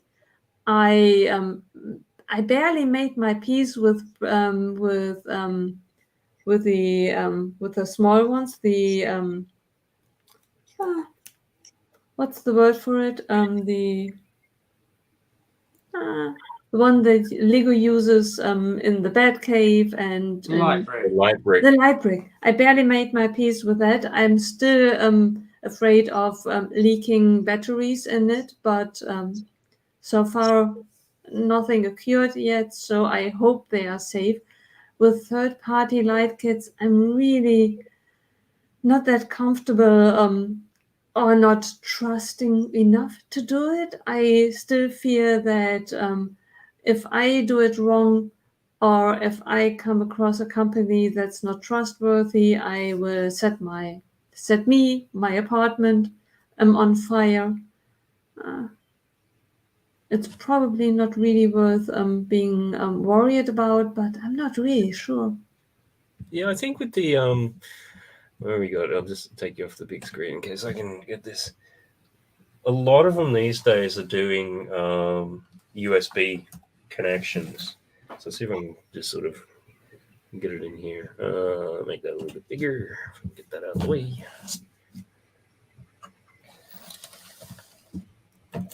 So in this one here, and see, you got your battery box, which is USB powered. So literally what that means is that the connection there is a standard USB plug, and the battery box is a USB plug. Now, obviously, once I've taken that out, because everything is, all the lights are powered off that single battery box, there's no issue. Yeah, right. If that really concerned you, just unplug it at the end, because this is just going to be a standard where you've got your batteries in there. So if you're super, if you're concerned that these may leak over time or whatever else, just as you would normally anything with batteries, just take the batteries out. Yeah. But yeah, I mean, again, I don't think anybody's probably really knows. You've only got, what is that? That's 4.5 volts across the three of them. And then by the time they're reduced down through the resistors, if anything possibly was to happen, you might just melt a light or something. I think that might be the worst case. But if you need to just, peace of mind, just disconnect the USB and away you go, sort of. Yeah. So, that would definitely help a lot, because this the leaking batteries is one worry of mine. Then I forget to turn it off, and then I'm not really sure if LEDs can get hot and then melt the plastic. You don't really get LEDs getting hot. Yeah. They won't hurt the plastic, no. Okay. I don't know. When you said about the light brick, because I haven't had much experience with light bricks as part of the Lego set, can you replace the batteries in them? Yes. Have they got I imagine they'll have little hearing aid batteries, what I call it. Yeah. I'd have to grab one. I think on the bottom of it, that's a good question. I have to have a look into it. I think on the bottom of it, you do have a little tiny sort of like Phillips head screw. Yeah. Yeah. I was just wondering whether it's a thing, but once the novelty's gone and it wears, you can't replace it, and it's just a sealed unit, or you can actually replace the batteries in it. I haven't used one yet, you see. Because usually when you get the light brick, it's when you first get it, it's got like a little tab inserted into it to keep the battery off the metal connector. So the first time you pull that tab out, so then it will start functioning. Which makes me think, normally on stuff like that, it makes me think that you can't replace the batteries. That's what I'm thinking. I don't know. I might be wrong. Wait a minute. I'm just curious, you see. You have to have a box full of light bricks. Yeah. Because there's one in the Indiana Jones set. I haven't built that yet. There's one in there. I was curious. Let's put this up on the big screen. So yeah. Have you ever? I take it you never unscrewed that. No. No. For safety reasons, I didn't. What worried me is that in a build that you incorporate this one in, you usually do not get to it quite easily. Right. Yeah. Okay. Yeah. It's normally hidden out of the way just so you get the light. Right. I think on the Indiana Jones it's at the top and it just like lights up. Right. Actual base, if you know what I mean. Yeah. But the batteries are really good because these are a couple of years old, and I will not shine it into your eyes. Let me see. How can I do it without? Yeah, you can do it. We'll just all go. It's fine. Everyone's fun. I once did that to I think it was Sam. We were on a private chat in a Discord, and I was really proud because I had built something and incorporated a light brick into it, and I was so excited and told him, I have something to show you. Look at that. And he came closer, like, okay, show me. And what I did, I held it up, my model, and was shining the light into his eyes. And that was not nice of me. Like, first raise the excitement so that everyone comes just close to the camera and then bring out the lights. Cool. Yeah, so just okay, so yeah, you made some really good progress on Rivendell, making us all we can all live vicariously through your experience with that. That looks great. Any things coming up on your channel, Instagrams that you're doing? What's anything you want to sort of put out there? I will be on Sunday on Fab Blondies build stream. And what time is that? Is that like 4 p.m.? Your time it will be 7 p.m. 7 p.m. Mine 8, so it's yours 7 p.m. 7. Yeah. Okay then. Oh, brilliant. All right then. And yeah, hopefully if you're back again next week and see the progress. If not, certainly that base there, it might be an idea. Just taking a few pictures and be curious putting them on like Instagram or something, just to sort of, how this is all technical or whatever. So yeah, that would be a good idea. Yeah, I will do that. I thought I got a light kit to show you, but I haven't got any batteries for it. That's what I'm looking for. Oh. I did one of an architecture set. I was going to try and show you, but I'll show you another time. Oh. Yeah. Next time. Okay. Next time, yeah. Trevor, how did you get on with your build this evening? You made great progress. Little slushy man. Yeah. I like that on top. Yeah, no, that works really well. And then you've got, you can see it in there, the slushy, all the different colours. Ah, cool. That's incredible. That was the one thing I liked about the Simpsons Quickie Mart build. They had like a couple of slushy machines in it, and that was pretty fun. Oh. Just take that part out. Oh. There you are. Yeah. That's amazing. Oh, nice. So pretty. So simple. Yeah. Just coloured bricks. Yeah. Coloured bricks and a couple of those 1x1 modified ones. Yeah. Right. Yeah. Absolutely beautiful. Oh. Yeah, I think getting back to something you were saying earlier about understanding how people build all these mocks and things, I think part of it is like things like that is just parts usage going, oh, if I put this and that together, it's a slushy machine. Like, it's just... Right. Yeah. Yeah. You definitely learn, like you say, as you're building, you learn different techniques. I'm certainly learning, you know, how you do stairs, how you do this, how you do simple things like that, how you do like a little microwave. It's fascinating, really, because you come across, you get normal pieces and you think, well, how does that go into that? You know, Right. Yeah. So it is, I mean, even like the way you've got the little sliding window on that. Right. Those rails, yeah. Yeah. And this is going to go with our ice cream van and the ice cream parlour. So, I don't know whether you saw, I took a couple of pictures of the ice cream parlour and the ice cream van, put them on my Instagram. The sun was just coming through. I put them on the windowsill, just moving them out of the way, and I thought, I'd just make a nice photograph. Yeah. So, yeah, it's a nice little build. Yeah, I like that. Yeah. And what have you sort of got coming up or on your channel or... Nothing at the moment, but bear with me, folks, because I'm doing a stop motion. It's a large build. It's going to be a full set. So it's going to come, I'm not going to say soon, but just bear with me. I'm working on it. I'm working on it each night. So it's slow progress, but I'm sure you'll like it once it's all done. And I'm planning to try and make a couple of shorts out of this build in the way that I've done it. So I've got a couple of shorts as well from it.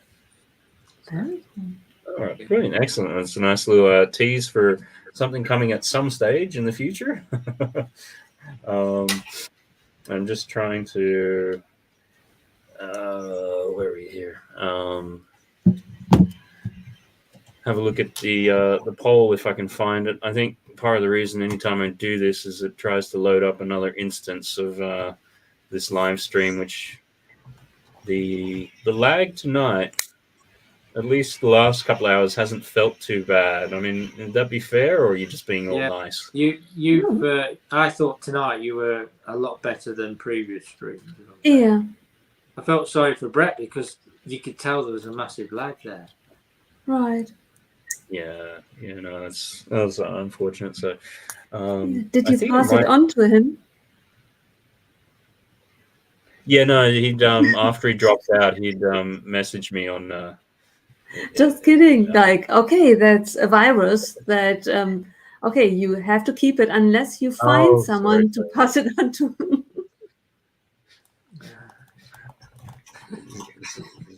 Yeah, no, I can be a bit slow with that sort of thing. So it's German humor. Everyone has a hard time understanding. Don't worry, Matt. That'll be the lag.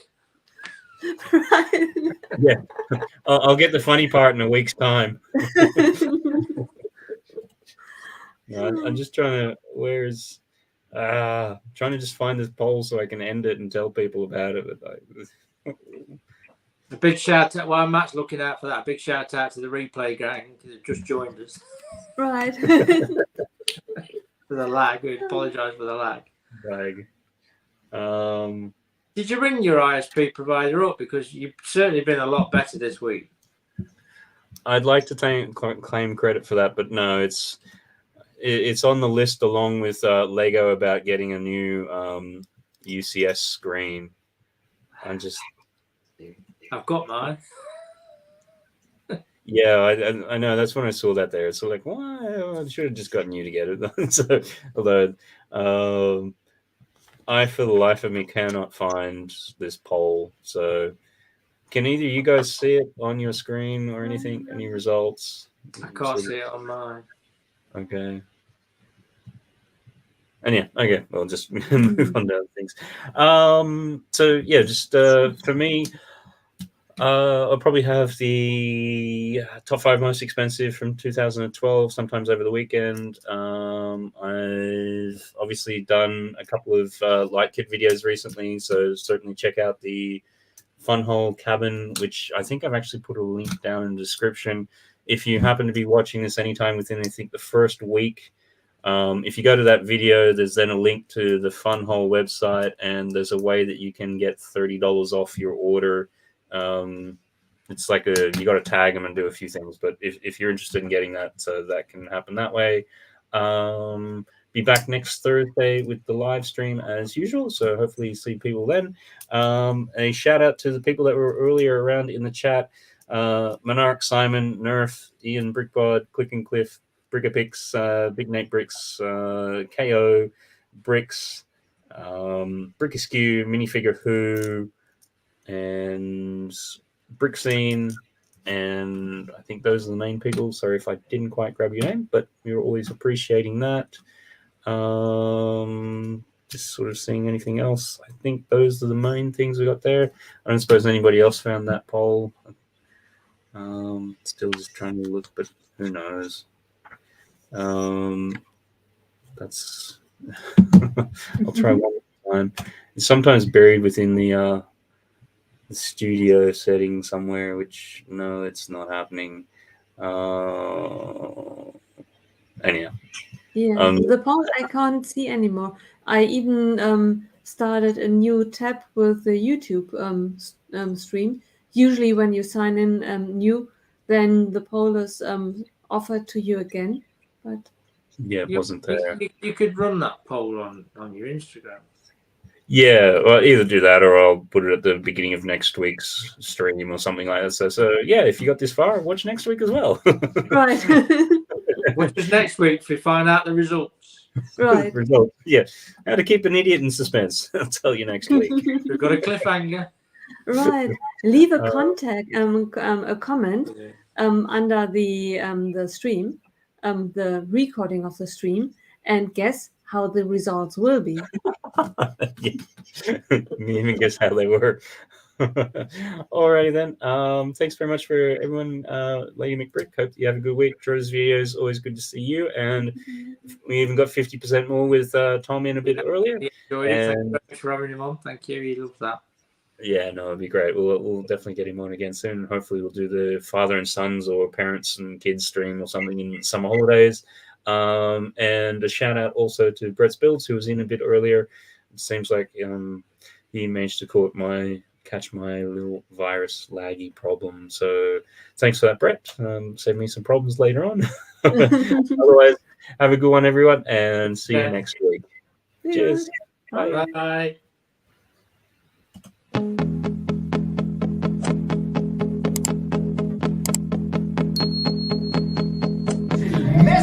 Mr. Bigger, give me a super duper.